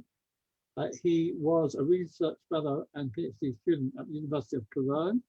His dissertation, Self-Organization and Bourgeois Culture, Jewish Sociability in Odessa around 1900, was published in German by Badenbeck und Rumprecht Verlag in 2007. His postdoctoral research project focuses on autobiographical practices and cultures of the South among Jews in the Russian Empire, as well as the Habsburg monarchy. His main research interests are minorities in Eastern Europe in imperial and post-imperial Russia. A social history of religion in Eastern Europe and the image of the self in modern times. Our third and final speaker in this session is Brian Horowitz, the Sicher family professor of Jewish studies at Tulane University in New Orleans. Professor Horowitz is the author of many books on Eastern Europe Jewish history, and there's too many for me to list here. Most recently, his study of Vladimir Jabotinsky in Russia, Vladimir Jabotinsky in Russia appeared in 2020 with Indiana University Press. So first of all, we have Dr. Natkovich. If you could open your microphone, please, Svetlana. Yep. And Dr. Natkovich's talk is entitled Jewish and Non-Jewish Spaces in the 19th Century. Sorry, I said that again, sorry. The title is The Almanac, Literary Evenings, 1848 to 1850, as a foundation text of Odessan literature. Please. Thank you very much, Efraim. Without taking too much time, I want to say how excited I am to participate in the conference and how glad I am to see familiar faces with whom we had a very fruitful and important discussion last year. And I thank to Efraim and Miri as organizers and all participants of the research group, as well as to all participants of this conference. So here is my talk. In 1849 and 1850, two issues of the literary almanac, Literary Evenings, Literatuurnye Vechera, were published in Odessa. It was not the first literary almanac issued in the city. There had already appeared two incarnations of Odessa Almanac, the first in 1830 and 1831, published by Pavel Morozov and Mikhail Rosberg, both civil servants in Novorosha's governor's office, and revived edition in 1839 and 1840 by Nikolai Nadezhdin, a recently exiled literary editor who was permitted to return to literature in the provinces. In addition, in 1834, there appeared the only issue of the almanac Podarak Bednym, a present for the poor, published by the Women's Charitable Society of Novorossia. Although in all the issues of Odessa Almanac, some contributors refer to Odessa's literary life, history, or current affairs, their main literary output, as well as all works published in A Present for the Poor, presented an eclectic selection of poems, translations, prose fragments, and sketches unrelated to Odessa by authors who had a little concern to the city, such as Benediktov, Glinka, Lermontov, and their lesser-known contemporaries. This was not the case of Literary Evenings, whose editorial concept itself reflected the gathering of small circle of friends. This sociological difference conditioned a poetic uniqueness of the authors of the Almanac, who created early tropes for the literary representation of Odessa in Russian literature.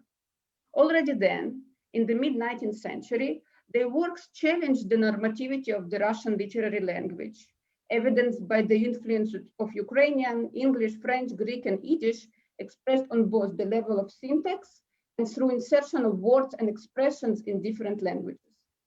Even a sketch devoted to the history of Russian literature emphasized the multi-ethnic background of its founding fathers. In the Romantic period of Russian literature, when one of the major topics pertained to the question of authenticity, the main preoccupation of the authors of Literary Evenings was the question of modernity and the new circumstances and people it produces. Interestingly, 3 years before the publication of the Almanac, one of its participants, Konstantin Kartamyshev, requested permission for publication of a literary newspaper, Parovoz, the locomotive, which was refused by Tsar, declaring, "I reiterate that we have already too many stupid journals." It is known that obtaining the censorship's permission for the Almanac was a much easier task, especially since the Odessa censor Zelensky was one of the contributors to Literary Evenings. But the modernist trends reflected in the title of Kartamyshev's unfulfilled publication, speed, technology, modernity, carried over into the pages of the Almanac. The question of modernity was intertwined in several prose works with economic questions, among them the appearance of new economic agents in the social fabric of Russian life. Osip Rabinovich, future founding father of Russian Jewish literature, who was one of these new agents on the biographical level, reflected in his literary work in the most crystallized form the influence of the new economic reality on the moral economy of the emerging society. So who were the people who organized the Almanac and participated in it? A brief biographical inquiry reveals two institutions with teachers, students, and graduates comprised the kernel of this literary group. First of all, it was the Richelieu Lyceum, the acknowledged center of Odessa's intellectual life. Was teachers Kartamyshev and Zelenetsky contributed to the Almanac, and the 1849 graduate of its law department, Nikolai Fumeli, functioned as its publisher and one of the authors. The other central institution was the Imperial University of Kharkov. Among the contributors, only Alexei Beshedovsky finished the degree there in the Department of Law. But two central authors of the Almanac, Osip Rabinovich and Nikolai Sherbina, studied there episodically between 1840 and 1845. Most likely, it was the connection of Kharkov University that brought Rabinovich and Sherbina to the milieu of the evenings. From the sociological perspective, authors of the Almanac comprised a quite heterogeneous group. There was a son of the South Russian noble Yelisei Kolbasin, the son of Odessa port priest Nikolai Gerbanovsky, sons of Russian, Greek, and Jewish merchants, respectively Konstantin Kartamyshev, Nikolai Fumeli, and Osip Rabinovich, and offspring of civil service officials such as Yakov Polonsky and presumably Zelenetsky and Besedovsky. The ethnic and cultural makeup was heterogeneous too. It included Kishinev-born ethnic Ukrainian Nikolai Germanovsky, who after participation in the Almanac moved back to Bessarabia and became one of the first popularizers of Moldovan folklore in Russian. Half Ukrainian and half Greek Nikolai Sherbina, who later became popular through his publication of ontological poetry structured according to classical Greek models. The Greek Fumeli later became a lawyer. Among whose clients was Nikolai Leskov. The Central Russian Polonsky, who turned to be the most accomplished writer in the group, and South Russians Kartamyshev and Kolbasin. The first was an important Odessa journalist, and second, a minor novelist close to the circle of Ivan Turgenev. The participation of authors of Ukrainian, Bessarabian, and Greek origins was not a novelty in Russian literature, but inclusion of Jewish writer as a recurring participant was novel opened the second issue of the Almanac definitely was. Despite the heterogeneity of the creative forces of literary evenings, there was a common trait that united them. They were young men between 18 and 30 plus years old, devoid of connections and status in Russian society, ambitious, educated, determined to make a career and leave a mark in Russian culture, or at least to make an impression. In fact, we don't know whether all of them were men, since several participants in the Almanac signed with pseudonyms or with initials. Yakov Polonsky and Osip Rabinovich, who both depicted in their later novels the artistic intellectual milieu of Odessa, represented this milieu as a circle founded around an exceptional woman, a widow in Rabinovich's kaleidoscope, or an emancipated woman living apart from her husband in Polonsky, a cheap town, Deshevy Gorod. Both authors presented this muse of Odessan writers as beautiful and educated, but vain, pretentious, and insincere. Nevertheless, the erotic and intellectual atmosphere that she cultivated was depicted in both novels as a creative catalyzer and glue that kept their circle together. Besides ambition, the participants of literary evenings shared awareness of their marginality. But instead of dwelling in an inferiority complex, they turned their consciousness of Odessa's otherness into an advantage. Odessa, nearby towns and estates, and South Russian nature were the objects of description, the arena of narrative collisions, the source of inspiration, and provider of a unique language of the Almanac. In the positive reviews of literary evenings in the major Russian journals, the fact that the Almanac was centered on Odessa was noticed as one of its key accomplishments. Nikolai Nekrasov and Savremennik commented that the rare literary production of Russian provincial towns mostly concentrated on description of Moscow and St. Petersburg. Novelty is not the last thing in literature, wrote Nekrasov, but it is difficult to innovate in terms of character, thoughts, not to mention other foundational qualities. Therefore, we are pleasantly surprised to encounter in some story or novel that does not presume to be considered timeless some new locations, new human characters, and even if not startling with originality, at least robed in a new dress. End of citation. One of these novelties was the intensive discussion of economic topics in almost all the prose works in both issues of the Almanac. For authors of noble background or those coming from the rank of state officials, the mercantile topics were introduced by new agents in the life of privileged educated men. Among them, women who started to perceive themselves as autonomous economic subjects, and social climbers ready to utilize every connection or opportunity for their own advantage. Indeed, many of the literary pieces, namely both novels by Elisei Kolbasin and both stories by Nikolai Fumeli, as well as some sketches signed with the initials KB, deal with women who refer to the marriage as economic arrangement and trade the use or use of their daughters or nieces for material gain. They manipulate, not always successfully, their husbands and suitors, often shattering their life without acknowledging it.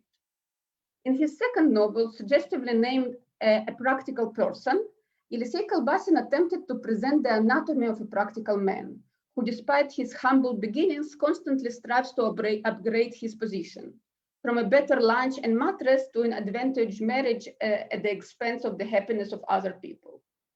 Although all these practical women and low-class men are presented in the Almanac through a critical lens, at least they are portrayed as subjects with their own interests and considerations, independent from the world of the dominant man, in which they try to survive. Taking into consideration the age of the authors of literary evenings, it is not surprising that the topic of courtship, marriage, and eroticism occupy many of their works in prose and poetry. Obviously, it was not a novel topic in Russian literature, but the innovation was the recurring discussion of marriage as a business transaction, where money, status, talents, looks, and sex are weighted and evaluated as mutually exchangeable currencies. While Kolbasin of Fumeli wrote from the perspective of privileged men intimidated by the ambition of new agents of Russian social life, and independent women and lower-class men striving to improve their positions, Osip Rabinovich was himself one of those self-made new men and represented in his literature their point of view. While the economic realities of Russian nobles and officials in Odessa differed only quantitatively from the reality of their counterparts in the capitals of the empire, they were simply poorer. The reality of the new types described by Rabinovich was cardinally different and exclusively Odessan. Those people lived according to the tempo of the postal service, the schedule of the cargo ships, and the publication of exchange rates in the world's major newspapers. In Odessa, instead of restaurants, hotels, central boulevards, and private residences, their life moved on the trajectory between port, stock exchange building, the warehouse, office, market, and casino. The limited time of this talk does not allow me to analyze both Rabinovich's novels published in the Almanac. Thus, I will focus on the more sophisticated and elaborate second one, titled Moritz Sephardi, which was the leading item in the second issue of the evenings. The novel follows the story of the eponymous protagonist, a poor Jewish immigrant from Leipzig, who came to seek his fortune in Odessa.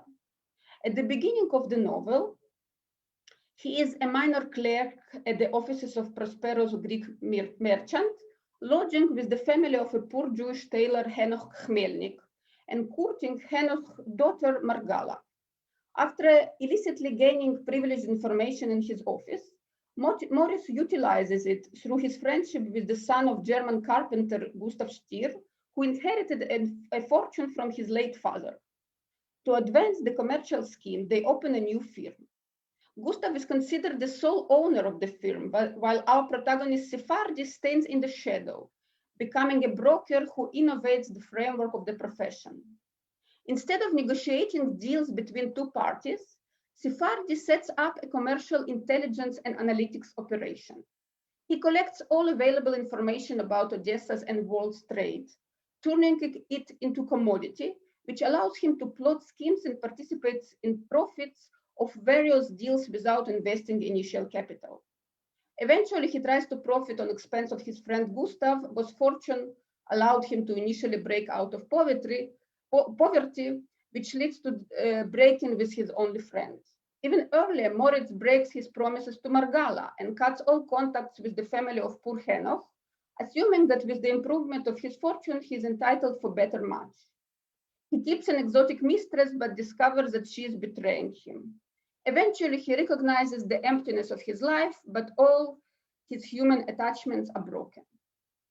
While narrating the tale of Sephardi, Rabinovich discusses the intricacies of Odessa's international trade during its transition from market-based models to new ones, dictated by the dynamics of financial capitalism.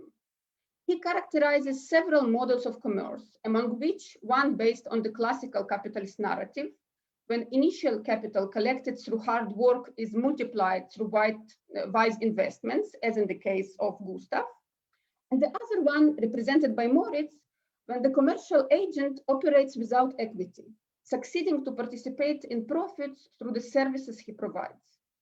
But beyond the depiction of commercial reality, the real achievement of Rabinovich was the representation of moral strategy based on the new commercial model.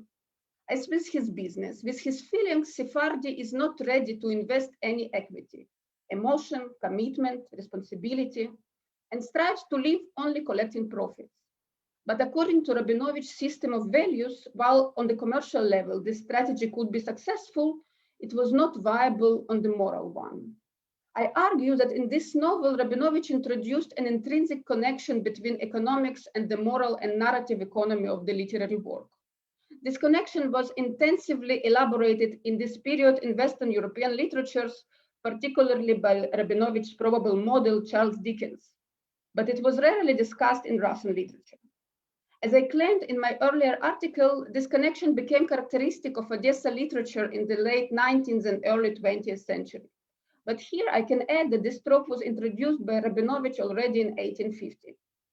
Another typical characteristic of Odessa literature that was especially salient in Rabinovich's novels, but appeared in other works of the Almanac too, was the cultural and ethnic diversity of the characters and multiglossia associated with it.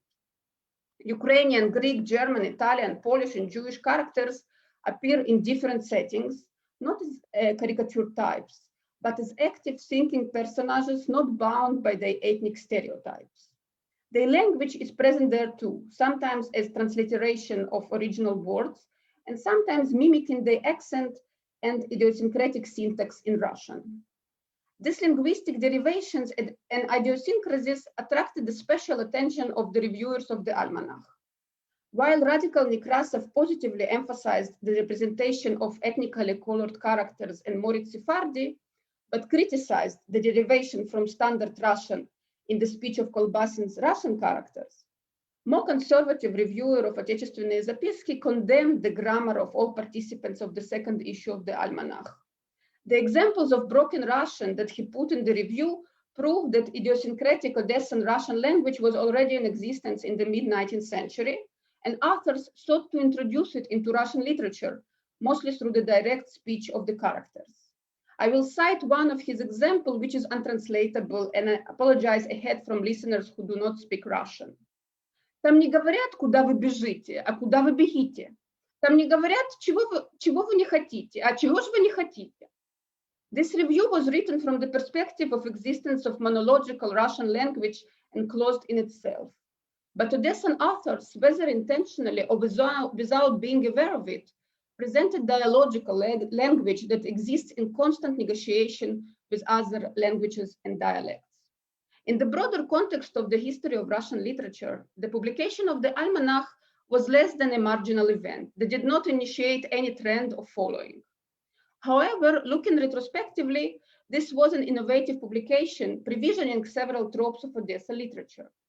For me, the main innovation of the Almanac was the inclusion of a Jewish author and Jewish themes in the way that was never represented earlier in the Russian literature, not as the notorious other, or one who was supposed to erase any sign of Jewish difference for the sake of inclusion in the normative ranks of Russian society, but as a partner and collaborator who participates in the creative process together with other authors. Thank you very much. Thank you very much, Sveta. That's wonderful.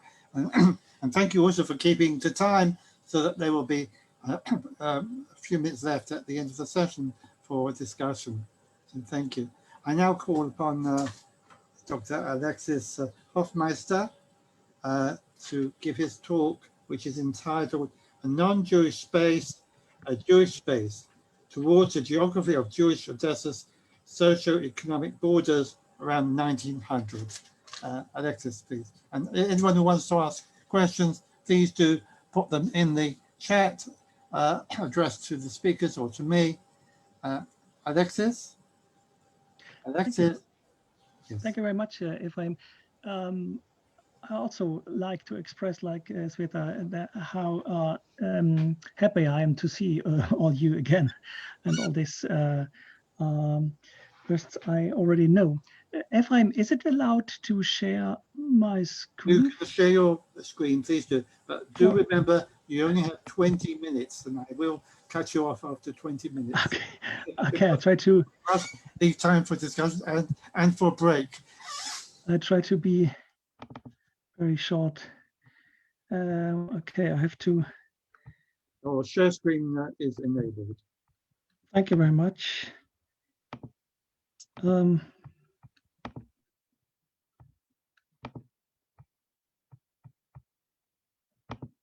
I hope it works.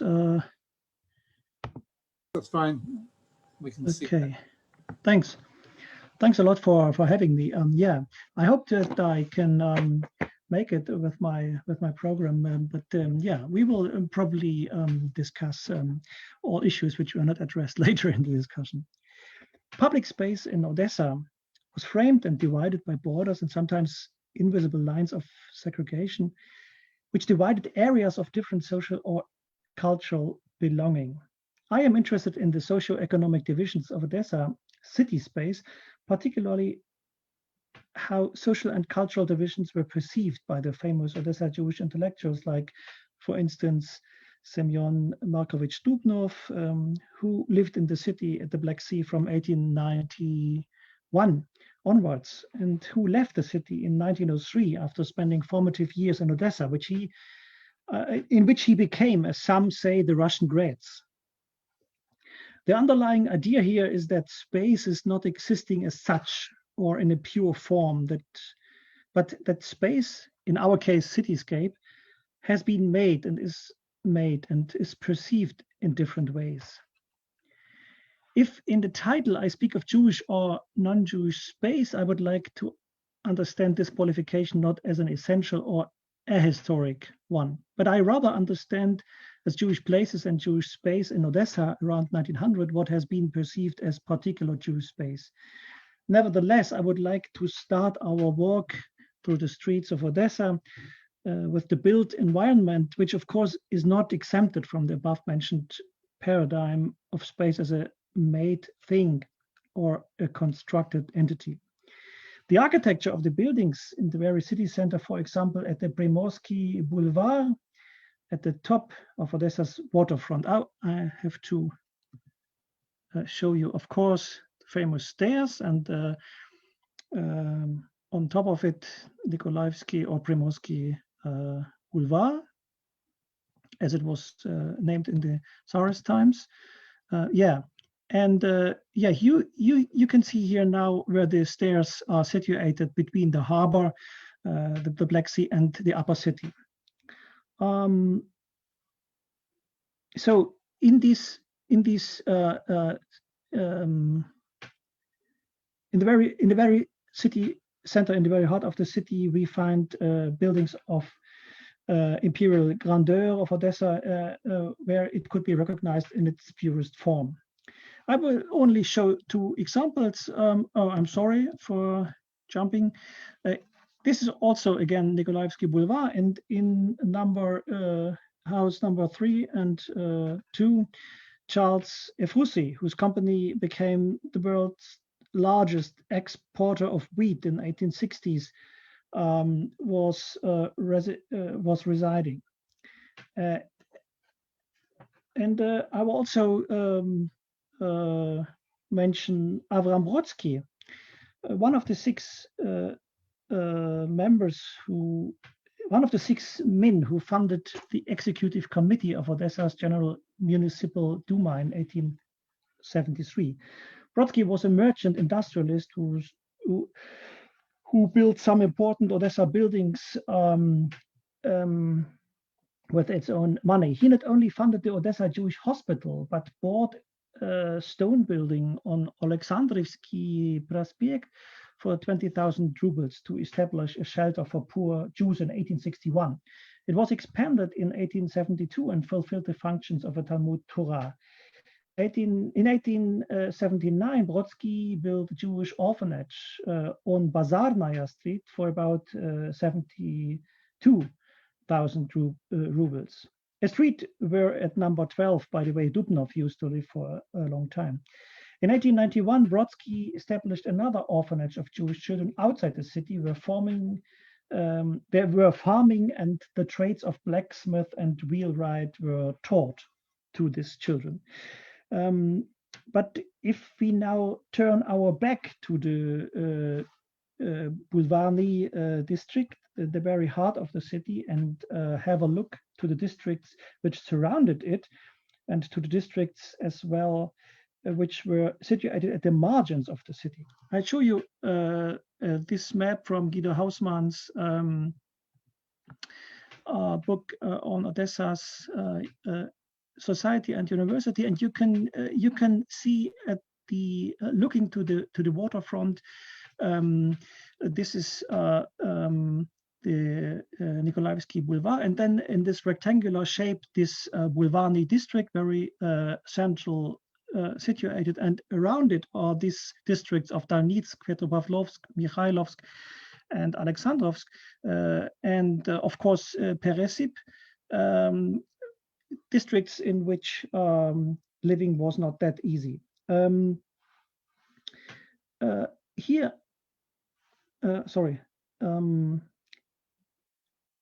Odessa was home to a large Jewish lower class, mostly originating from regions of the Pale and trying to make a living in the city as craftsmen, petty traders, retailers, money changers, brokers, and other kind of middlemen. True, Odessa was a port, not a shtetl, as John Clear famously observed, but the shtetl itself came to Odessa, as we have already heard about, and the social and cultural mores of the shtetl were transplanted to the big city. Russian, Greek, Jewish, or other migrants to Odessa up until the 1850s continued to live among their own kind, maintaining their separate schools, newspapers, clubs, or prayer houses. Even if their children attended the same class, they separated themselves in the classrooms. It seemed as if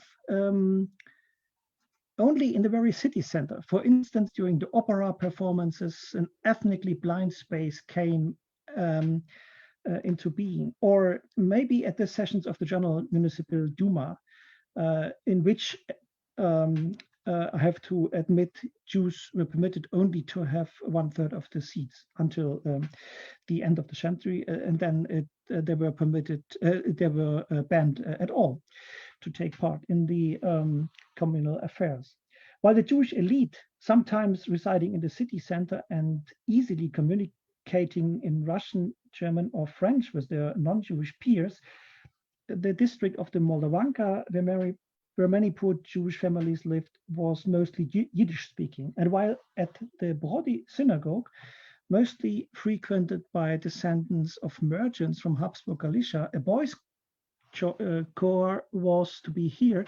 The majority of the traditional Jews of Odessa, as far away they might have felt from the shtetl, continued to pray at smaller prayer houses, Stieblech and Klois. I show you the image of the Brody synagogue. And I show you the image of the boys choir.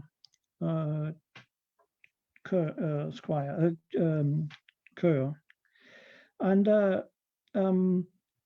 the poverty and the misery of the lower classes of Odessa have been documented in a study by Ilya Brodowski in 1902.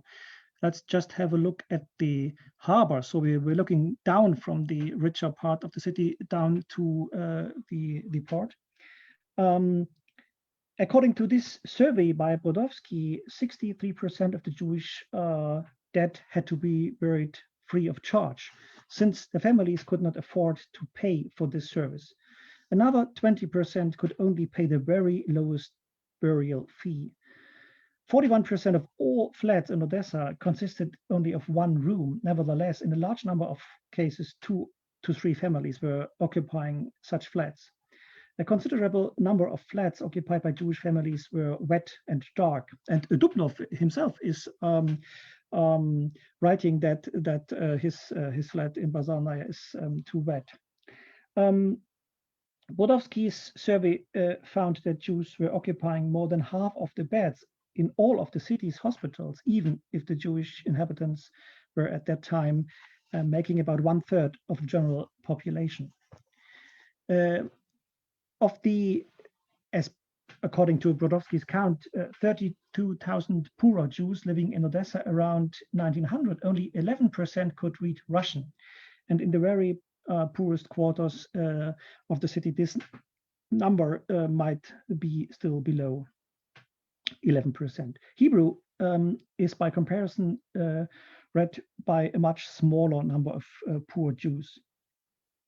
In one of the districts, Brodowski has considered in his survey, of 1,393 men, only 114 could read Hebrew and 94 who could read Russian. Only 38% of the Jewish youth attended a cheder in Odessa general. These numbers confirm the fact that the ongoing Jewish migration to Odessa eases, on one hand, the grip of the social control and of the tradition so familiar within the shtetl, but on the other hand, there is probably no alternative model of Jewish modernity established, which is easily adopted in the big city. So let's now look how Jewish intellectuals like Dubnov fit in the picture. They, often originating also from small places in the Pale of Settlement, were migrants too to the big city, and they probably were no less disillusioned about their possibilities to make a living and to establish another model of Jewish life. Maybe at the end I show you an interactive map of the city center, which clearly shows how close the institutions of Jewish life were in Odessa and in the center situated. But it's of course known to most of you that in the central Bulvarny district of the city, where at least some of the writers and journalists like Dubnov and Lilienblum and Mendele Moichas Forum lived, that they even there had to it was not easy for them to make a living there and to afford a living space. Dubnov lived in Bazarnaya number 12, and in Bazarnaya number 91, Abramovich, that is Mendele lived, and the Talmud Torah, in which Abramovich was the head, was in number 34. Lilienblum lived in Bazarnaya 2. It was probably, as one has observed, the most Jewish street in Odessa. Dubnov later in his autobiography and in other texts of memory penned down his experience of Odessa. And I will, because time is lacking, only point to 3 different places and 3 different experiences of space he is writing about in his memoirs. We have a space outside the inner city with its imperial functions and high tensions in political, social, and cultural respect. This is a space at the geographic margins of the city in which the Jewish protagonists of Dubnov's memoirs, like, for instance, Mendele or Shimon Frug, were just people from the city searching for the peace of nature, tired of the city and its civilizations. And it's very funny to read how Dubnov describes their evenings at a small German colony called Lustdorf, south of Odessa, and how they climb and go down to the sea and have a look at the beach. And the second space is a particular social space which was provided in terms of organization as well as architecture by the Odessa branch of the Society for the Promotion of Education or Enlightenment among the Jews of Russia, a place where the Jewish merchant elite of the city met with intellectuals like Dubnov, with cultural capital, and joined, and these groups both joined with the aim of providing Jewish future in modern times. Of course, not only this society, but several other societies, Jewish societies, and Odessa fulfilled this function of providing a meeting space for parts of the merchant elite and intellectuals and writers and journalists like Dubnov. And the third space I wanted to bring your attention to is the space where the space of Jewish welfare. And this Jewish welfare institutions were a very important factor of Jewish life in Odessa, given the aforementioned poverty among the Jews in the city. And Dubnov, in the 1916 edition of Yevskaya Starina, Jewish, what is the English word for, I don't remember. So Dubnov edits edits memories of the life of the so-called externees or day boys in Odessa. And in his editorial note to this text, Dubnov writes that Odessa in the 1890s by far was the most important center of this category of young autodidactic pupils and externees. They are the blows of fate which they had to experience in Odessa was shaping the generations of externees, and these blows are very illuminating, writes Dubnov, for the history of education of the folk intelligentsia and the provincial half intelligentsia of the Hasidic milieu of the southwestern areas. And then this a certain Krugliak goes on to describe Passover evening when a rich benefactress comes into the hall, and this is described as the highlight of the evening. A rich, elegant, quite old but still beautiful lady entered the hall and greeted all very friendly. All of the old people were rushing from their seats and raising and bowed down their heads to this lady. The staff encircled her like minions and chatted with her. It was obvious that she enjoyed that kind of small talk, which in turn was regarded with I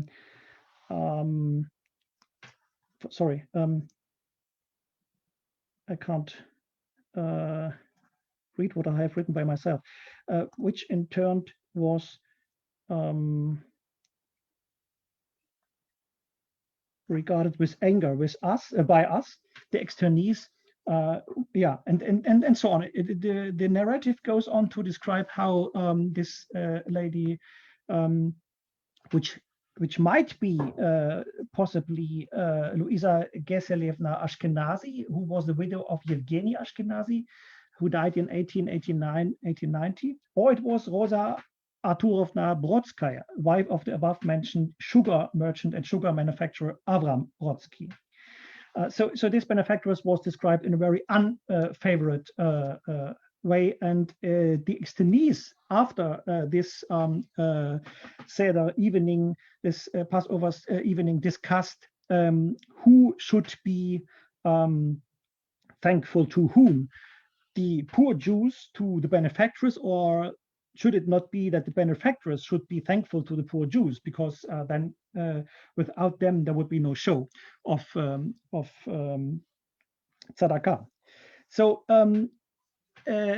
I could only point to various spatial experiences which are described in Dubnov's and of course in the memories of other intellectuals from Odessa. One might also to understand or to have a look at the interior of a bourgeois interior, or of interior from one person from the middle class. One might have a look at the picture I show to you here. I'm sorry, I just have to look at the chat. I can't see what is written there.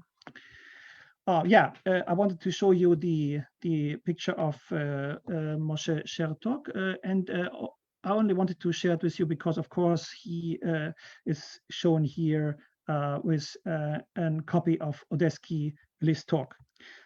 Okay, let me just. Did you write something in the chat, Efraim? No. Yes, I sent you a time's up message. I'm sorry. I come to my conclusion. Yeah. What I wanted to show you is that, of course, it depends in which space you are living, and in which space you make your experiences, and this, of course, shapes your memory and how you later speak about this particular space, in that case, the cityscape of Odessa.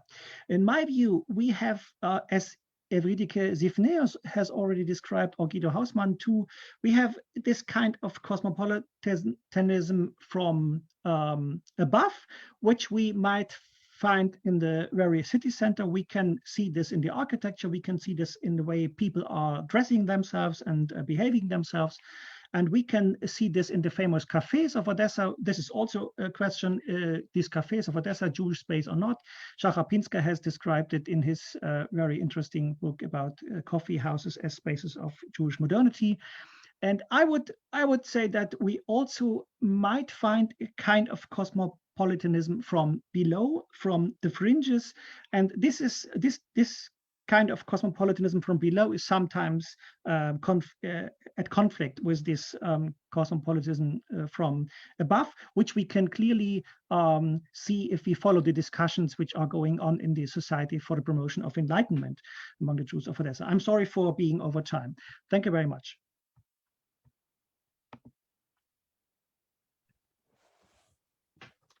Thank you very much, Alexis.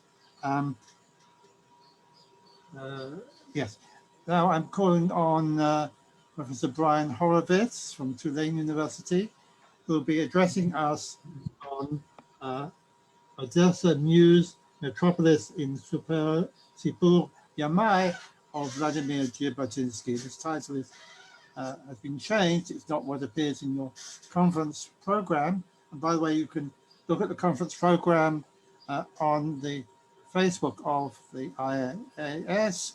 If you just click on the conference poster, you'll get the page of the program. So there's a new title,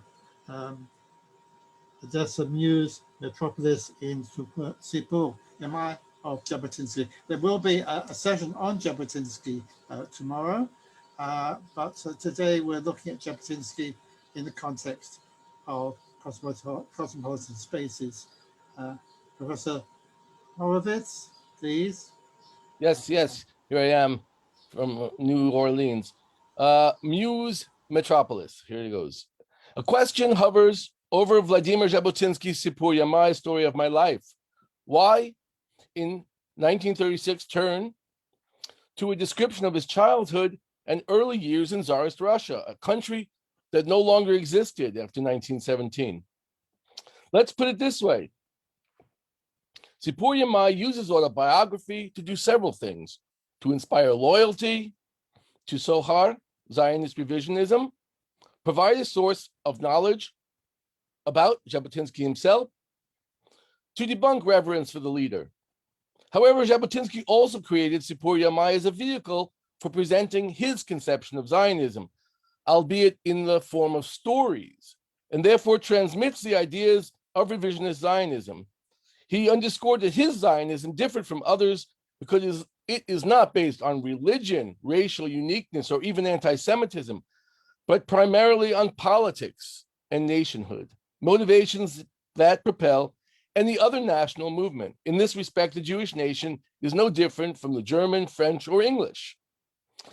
Sipur Yamai appears as a simple text, but it gives its richest and most satisfying intellectual experience to those who know the history of Russia and Zionism, because the book uses literary elements of allusion, subtext, and hidden themes that beg for illumination. In other words, while the book can be read as a straightforward autobiography, as it was likely read by his followers, it can also be torn apart, explicated, and gone over with a fine-tooth comb.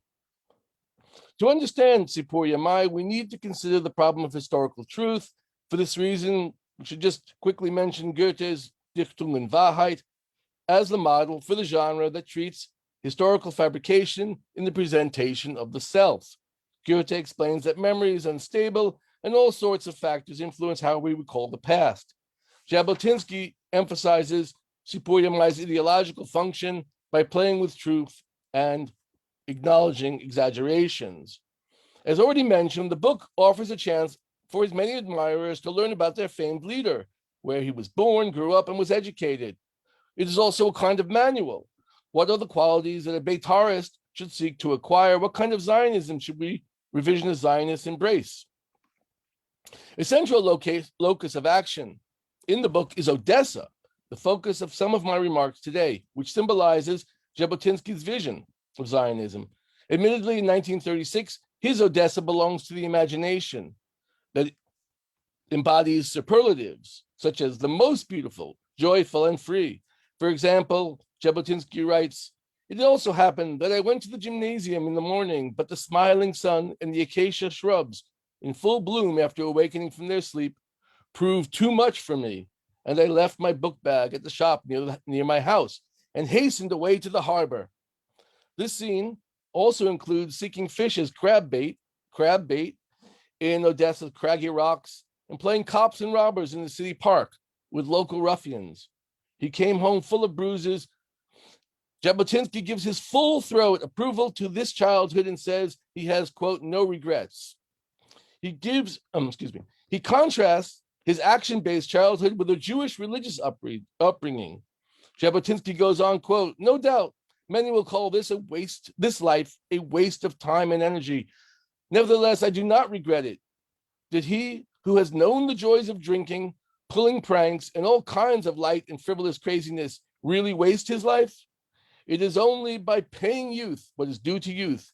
And did he who walks that corridor pass onto the threshold of maturity absorbed in all its cares? I saw the life of the Russian colony in Bern. Later, I saw the life of my generation in Russia, which fomented 3 revolutions. And I read the words of Bialik's Bitter in condemning judgment. My soul was scorched by fire. My soul was not burned. At any rate, even if it was singed sometimes, it was not the inner dry fire, but the fire of life, real life, contact with people and things outside myself. It is better this way, and I have no regrets." Jabotinsky compares himself to Bialik and the generation in Russia that fomented 3 revolutions. One may recall that the Jewish childhood consisted of the Heder, which modern Jews often equated with coercion and violence, the Melamed with his stick, and Jewish life with its oppression, poverty, pogroms, and alienation. However, Jabotinsky not only criticized Judaism, but also devotion to class warfare. Revisionists all were supposed to not accept Marxism and class warfare. What does that, a proper childhood should keep it light. What does that mean? Keep it light. With his own childhood, he promoted an alternative Russian Zionist pedigree. Having little background in Hebrew or Judaism, Jabotinsky claimed that the best reading for a kid is the American-style Western, with its horses, sheriff, and bad men. Alluding to a long history of educational literature that begins with Jean-Jacques Rousseau's Émile, he enthusiastically recommends Mayne Reid and Bret Harte, adventure writers with whom few probably are familiar. Jabotinsky prefers them because they embody such qualities as rugged endurance, unbridled activity, and endless struggle. In contrast, Jabotinsky writes about Russian literature, quote, "I have no interest in dabbling in unfathomable psychological depths. My heart yearns for action. The favorites of my childhood were the most famous among the writers of adventure stories, and my generation, and I regret that the younger generation feels cold to them, so I've heard, Mayne Reid, Bret Harte, Walter Scott, and Père Dumas, all the rest of them. Here one can perceive the old argument in Russian culture between Don Quixote and Hamlet, action versus caution. Jabotinsky clearly sides with Don Quixote. Regarding Odessa, he portrays the city as a site of light morality, tolerance, and innocent pleasures. He writes, "No one could match Odessa. I mean, Odessa of that generation with its spirit of jolly buoyancy and the light intoxication floating in the air without a shade or hint of mental contemplation, or say, mental complication or moral drama. I do not claim, God forbid, that I found a great deal of profundity and nobility in that atmosphere, since its very lightness lay in the absence of all tradition. Honoring the truth, of course, but lying, honor the truth, of course, but lying is no crime either, as the person who listens to you also has a boiling imagination, subtle and bubbling. On top of all these, he also has a greedy curiosity toward what the rising morning may bring. Every bit of news, however trifling or a momentous event, excites the crowd. Hands are moving rapidly through the air. The walls of the stock exchange and the table in the cafe shake with the clamor. Kisses, too, are cheap, and even more than that, free. And nonetheless, so far as I remember, these girls, all of them, were married later to nice men, and each one became a model wife." This impressionistic portrait would seem to be the antithesis of nationalism. His musings about innocuous liars and petty crooks, young girls who aren't prudes and end up faithful wives, all that is nice and good. But what is the relation to Zionism? In fact, Jabotinsky's Odessa is curious because it differs so radically from the other one, Odessa of the wise men. Ahad Ha'am, Revnitsky, Bialik, Mendele. That Odessa evokes Hebrew, Jewish knowledge, and Zionism. Jabotinsky projects a vision that we recognize as liberal Zionism and embodies qualities such as tolerance, creativity, spontaneity, and exuberance. Curiously, Jabotinsky produces human images that we rarely associate with Zionism, such as the dandy, the ne'er-do-well, the petty thief, the well-meaning drunk. Such colorful figures may have walked Odessa's fine fin de siècle streets, but the author of Sipur Yamai was not one of these. If I had to define him, I would say decadent. He was the noted feuilletonist of Odesky Novosti, Odesky Listok, and the author of such failed dramas as Krof and Ladna. Although Jabotinsky wants us to imagine Zionism as the political equivalent of the decadent idea of realizing the individual self, Zionism consists of the realization of the state. And we are unlikely to agree that this individualism is the same as a political Zionism. We might concede only that Nietzschean will can serve as an epistemological bridge from decadence to Zionism. After all, Herzl's dictum, wenn ihr wollt, es ist kein Märchen, emphasizes the role of will in the achievement of Jewish national politics. However, I know from Jabotinsky's other writings that the image of the individualist, especially the drunk, refers to freedom. Early in his career, Jabotinsky wrote an article comparing the contemplative and morally burdened hero in Chekhov with Maxim Gorky's famous Wanderers, well known for amorality and violence. Jabotinsky apotheosized Gorky. However, in the 1930s, Jabotinsky used the drunk, petty crook, and eccentric to symbolize his rejection of authoritarianism. He maintained that such weirdos served as an inoculation against the principle of discipline. This entire discussion of freedom and discipline refers to the Nazi regime, Soviet Union, certainly, but also to his own struggles at the time. Mapai leaders accused him of being a dictator. In truth, Jabotinsky projected an image of the autocratic leader who liked military parades and discipline. However, as we see here, he also lauded individuality. A central polemic in the book reflects the role of anti-Semitism in Zionism. Some might perceive a polemic with the conventional Russian Jewish view that anti-Semitism was central, and with Theodor Herzl, who argued in the Jewish state that while in Western Europe some Jews were granted full rights, but were socially hampered, in the East, in Russia, one espied medieval backwardness, with pogrom violence frequently in use. Herzl had explained that Western states could be motivated to help Zionism because of their liberal guilt. One would certainly include Mandate Britain in this group. Jabotinsky had reservations. His perspective was that anti-Semitism mattered less in Jewish politics than considered. His example, Odessa. While officials might promote anti-Semitism, the population was not infected. Jews kept to themselves socially, but the causes of Zionism were subtle and not the result of hate. He writes about his youth, quote, "It is nevertheless my duty to acknowledge that the spirit of anti-Semitism was almost entirely absent from these government schools. We Jewish students suffered no persecution on the part of either the teachers or our classmates. The most astonishing thing about it was that all this notwithstanding, we had always kept apart from our Christian environment. At the same time, several of us had friends in the Russian camp. For example, I was bound by faithful friendship to Vsevolod Lebedinsev, a very fine fellow. I visited him many times at his home and he came to mine. It never occurred to me to introduce him to our separate circle, and neither did he introduce me to his group. I don't even know if he had a group." Jabotinsky argued that anti-Semitism functioned differently from the way others portrayed it. In his view, Zionism emerged from internal factors and not necessarily even Jewish ones. Jabotinsky continues his description, quote, "Stranger still was the fact that even inside our Jewish circle, there was no Jewish spirit.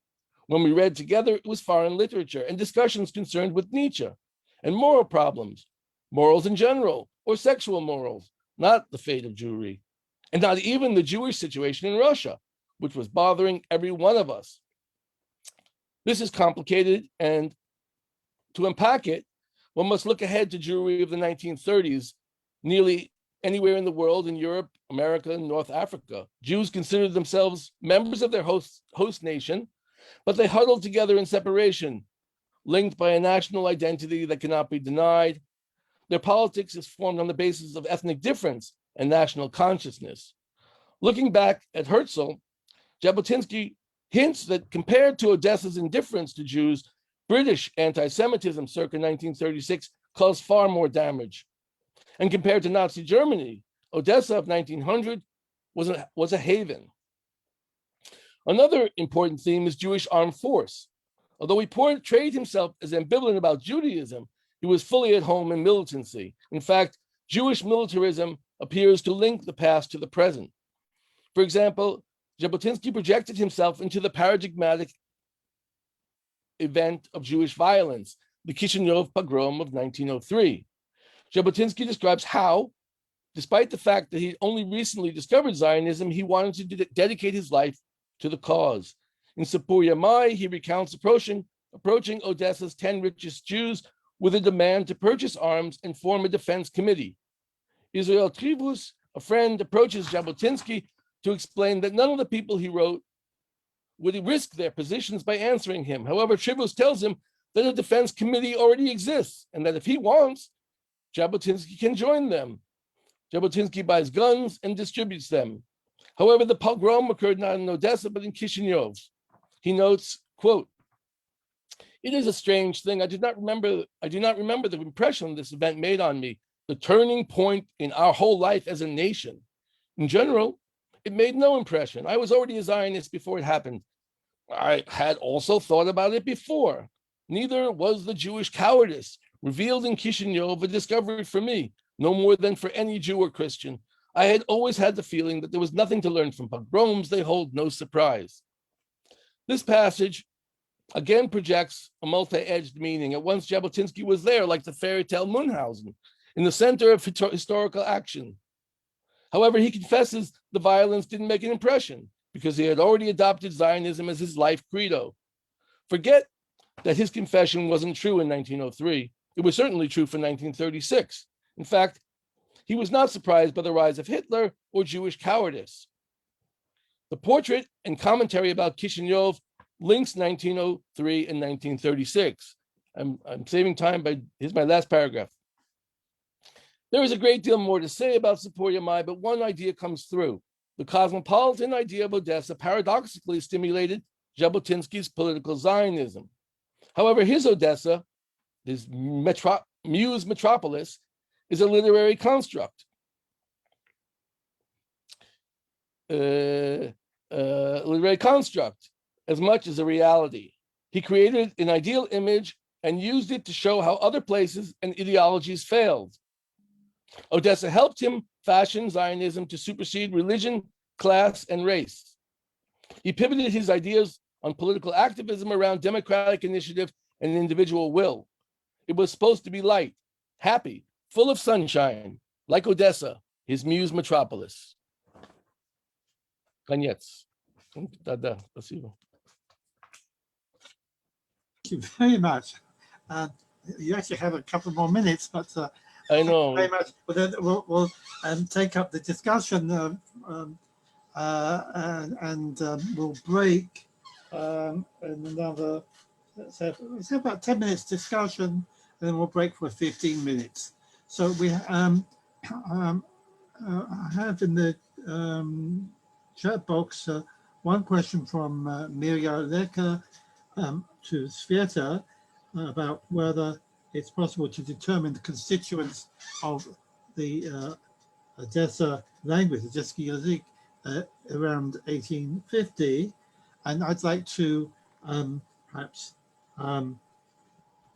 broaden that question to perhaps address that to all three speakers, the question of Russian. To what extent were these writers, and of course Jabotinsky comes much later, and Brian was talking about Jabotinsky writing in retrospect, but let's say Jabotinsky writing in the early 20th century, and the Rabinovich much earlier in mid-19th century. Alexis mentioned Dubnov. To what extent were they conscious of being part of a Russian language culture, and to what extent was Odessa different in language or culture for them? And I think this goes back a little bit to Professor Bartal's comments at the end of his talk about culture, the culture of which Jews identify as citizens of the Russian Empire, as he would say, agents of transnational imperialism. So I'd also add to that very briefly, to what extent is there also a sense of South versus North? So the question particularly for Sveta, but I think it also applies to Jabotinsky and other writers. So perhaps each of the speakers can address these questions. And if there are any more questions, please send them to me in the chat box, and we'll see if there's time. So firstly, Sveta, could you address these questions about language and cultural identification? Thank you very much, Mirya. The most surprising thing for me was that actually the list of mistakes of authors of literary evenings published by reviewer of Отечественные записки, which was probably Druzhinin, for me it was really a list of idiosyncrasies of Odessa language, which he actually denounced and say how horrible, what do they do with our Russian? When you read it during, and it was amazing that the work he actually did for me. He picked up the most interesting usages of the language in this review. When you read the literature per se, you see that it's not a self-aware endeavor to coin a new language. But when people represent speech of local dwellers, willingly or unwillingly, they represent their local deviations. So on behalf of authors of the Almanac, except of Rabinovich, when he does things with language, he does is being absolutely aware of what he does. Other authors, I think they just try to represent what they see around them, and this is how it turns out. Rabinovich does amazing things, and I think for anyone who studies the Odessa language, there is an amazing scene of encounter between low-class, like Southern Russian, Ukrainian servant boy and Henoch Melnik, like low-class Jew. And they encounter each other in some pub and traktir. And they speak with like half Yiddish represented in Russian, half Ukrainian. And what he does in this scene, for me, it is really amazing, like from literary point of view. And you really see this process of dialogization of Russian in this scene. So Rabinovich, as you could have put in attention, I think Rabinovich's works, they are most mature among the prose of authors of literary evenings, and he's much more. And regarding Efraim's question about relationship, about self-awareness of the Southernness, it's indeed, it's actually the aspect of the Southernness is very salient from the reviews of people who sit in St. Petersburg, read it and say, wow, it's different. And this is something that mentioned everybody, like really, I read about 5 reviews, and almost every reviewer in different journals mentioned the difference, the Odessan difference. Authors themselves, again, I cannot answer like with the confidence whether they're aware that they do something different. I do think that they have some sentiment that is common with sentiment of Jabotinsky when he returned from Rome in 1901, and his first article in Odesky Novosti was stop desert to the capitals. We should stay in Odessa and concentrate our creative energies in Odessa. And for Jabotinsky, it was like really ideological statement for him of his Odessan, like embryonic Odessan patriotism. For those guys, I think on some level they share the sentiment, but it didn't get to the level of like ideological awareness. So this is what I can say. Thank you very much. Alexis, do you have something very quick to add? Alexis? Yeah. I have to confess, it's hard to answer. 2 aspects come into my mind if I speak about the choice of language of Dubnov's memoirs, which of course were published.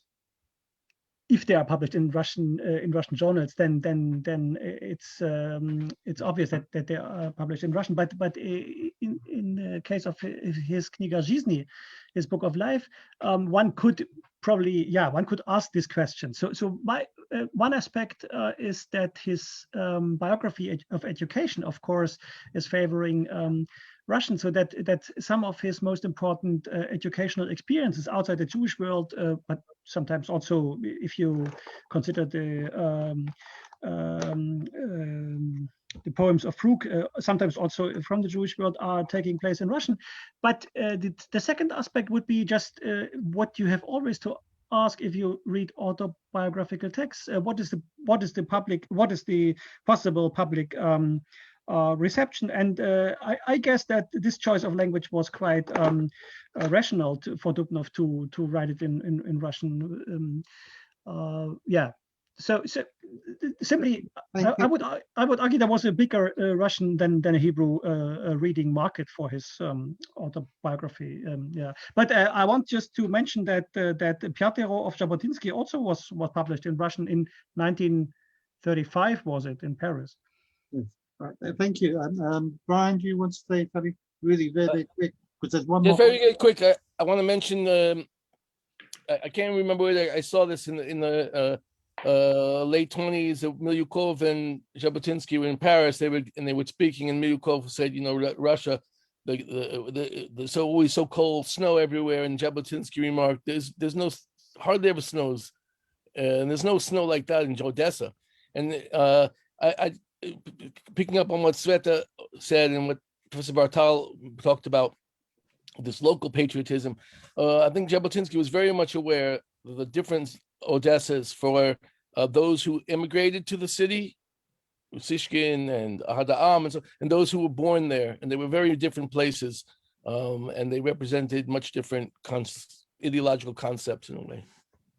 Thank you. I think that's also a generational difference, because the Yes, definitely. Mostly, nearly all of them from somewhere else. There's one last question that we have time for from Scott Uri, which is about memoirs and narrative. I think maybe Alexis partly. Efraim, can I spell it out for a second? Is that possible? Yes, please. Your question. Great. So thanks. I wanted to bring together some of these talks, and thanks everyone for two great panels. Both Brian and Isla spoke about memoirs, which look at the city of Odessa. I was wondering if Brian and Isla, and of course Sveta and also Alexis, could talk a little bit about the way the city functions in these memoirs, and why they choose the city, and how the city functions as a tapestry, both for cosmopolitanism, because this one person goes all the way to Argentina, and of course Jabotinsky is over the world, but this cosmopolitanism is also very provincial in a way. So I wonder if you could talk a little bit about how the city functions, and Brian talks about this in these different memoirs, and Sveta also in her text as well. Why the city? What does the city give the author that the other protagonists don't give them? Sveta, very quick, 1 minute. 1 minute. 1 minute. Sorry, the 1 minute isn't my doing. I must to say that it's different to, there are authors in whose work, and we will have a talk about Yushkevich. There are authors where city is indeed one of the protagonists. I would say that in Jabotinsky's work, in the five, it definitely functions as one of the protagonists, but I will leave to Brian to elaborate on it. In other narratives, like I am really interested to read Nakov's autobiography, because it's really a matter of language. In Hebrew language, autobiographies, I must say, besides of the story of my life by Jabotinsky, Odessa is not very central. There are several very marginal works. In Russian literature, in Russian language autobiographies, it is. And especially in Russian language prose, obviously. Yeah, so this is what I have to say, like out of the.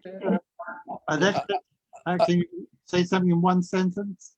Because we're running against the clock. Me or Alexis? Oh, Alexis. Okay, Brian. Brian. Sorry. So just one sentence. If Dubnov writes about Odessa, he is writing about the south, and he's writing about his years in the south, and he's always and if in the moment he's writing, he is situated in the north, so he's kind of looking back to the south and his years in the south. And yeah, I maybe I have to think about this question more, but there is a north-south dichotomy, but Odessa is not a protagonist in a way. It's more a tap. Yeah, I don't want to steal anyone's thunder tomorrow, but I think it's in the five, and in much of what Jabotinsky's writings on Odessa are in a polemic with Dostoevsky, with not just Dostoevsky, but with the whole accursed city, St. Petersburg, dark, dank, smelly, poverty versus light, beach, Black Sea, and so on and so forth. It's like the city is in part of a polemic with this St. Petersburg narrative. And I think that's something that perhaps it is so obvious that people haven't noticed it, that there is an Nagirsky text from way back that is polemicizing or dynamically dialogizing with the Petersbursky text, the Petersburg text, and I think that's something that strikes at the center of literary identity and cultural history, but we don't have time to discuss that. So I want to thank the three presenters in this session. This has been a very invigorating discussion. I thank those who had questions. I apologize to anyone who had questions and we don't have time for them, but they can obviously write to the speakers and continue the conversation. We will come back to many of these issues, and certainly we'll come back to Jabotinsky tomorrow. So we have 15 minutes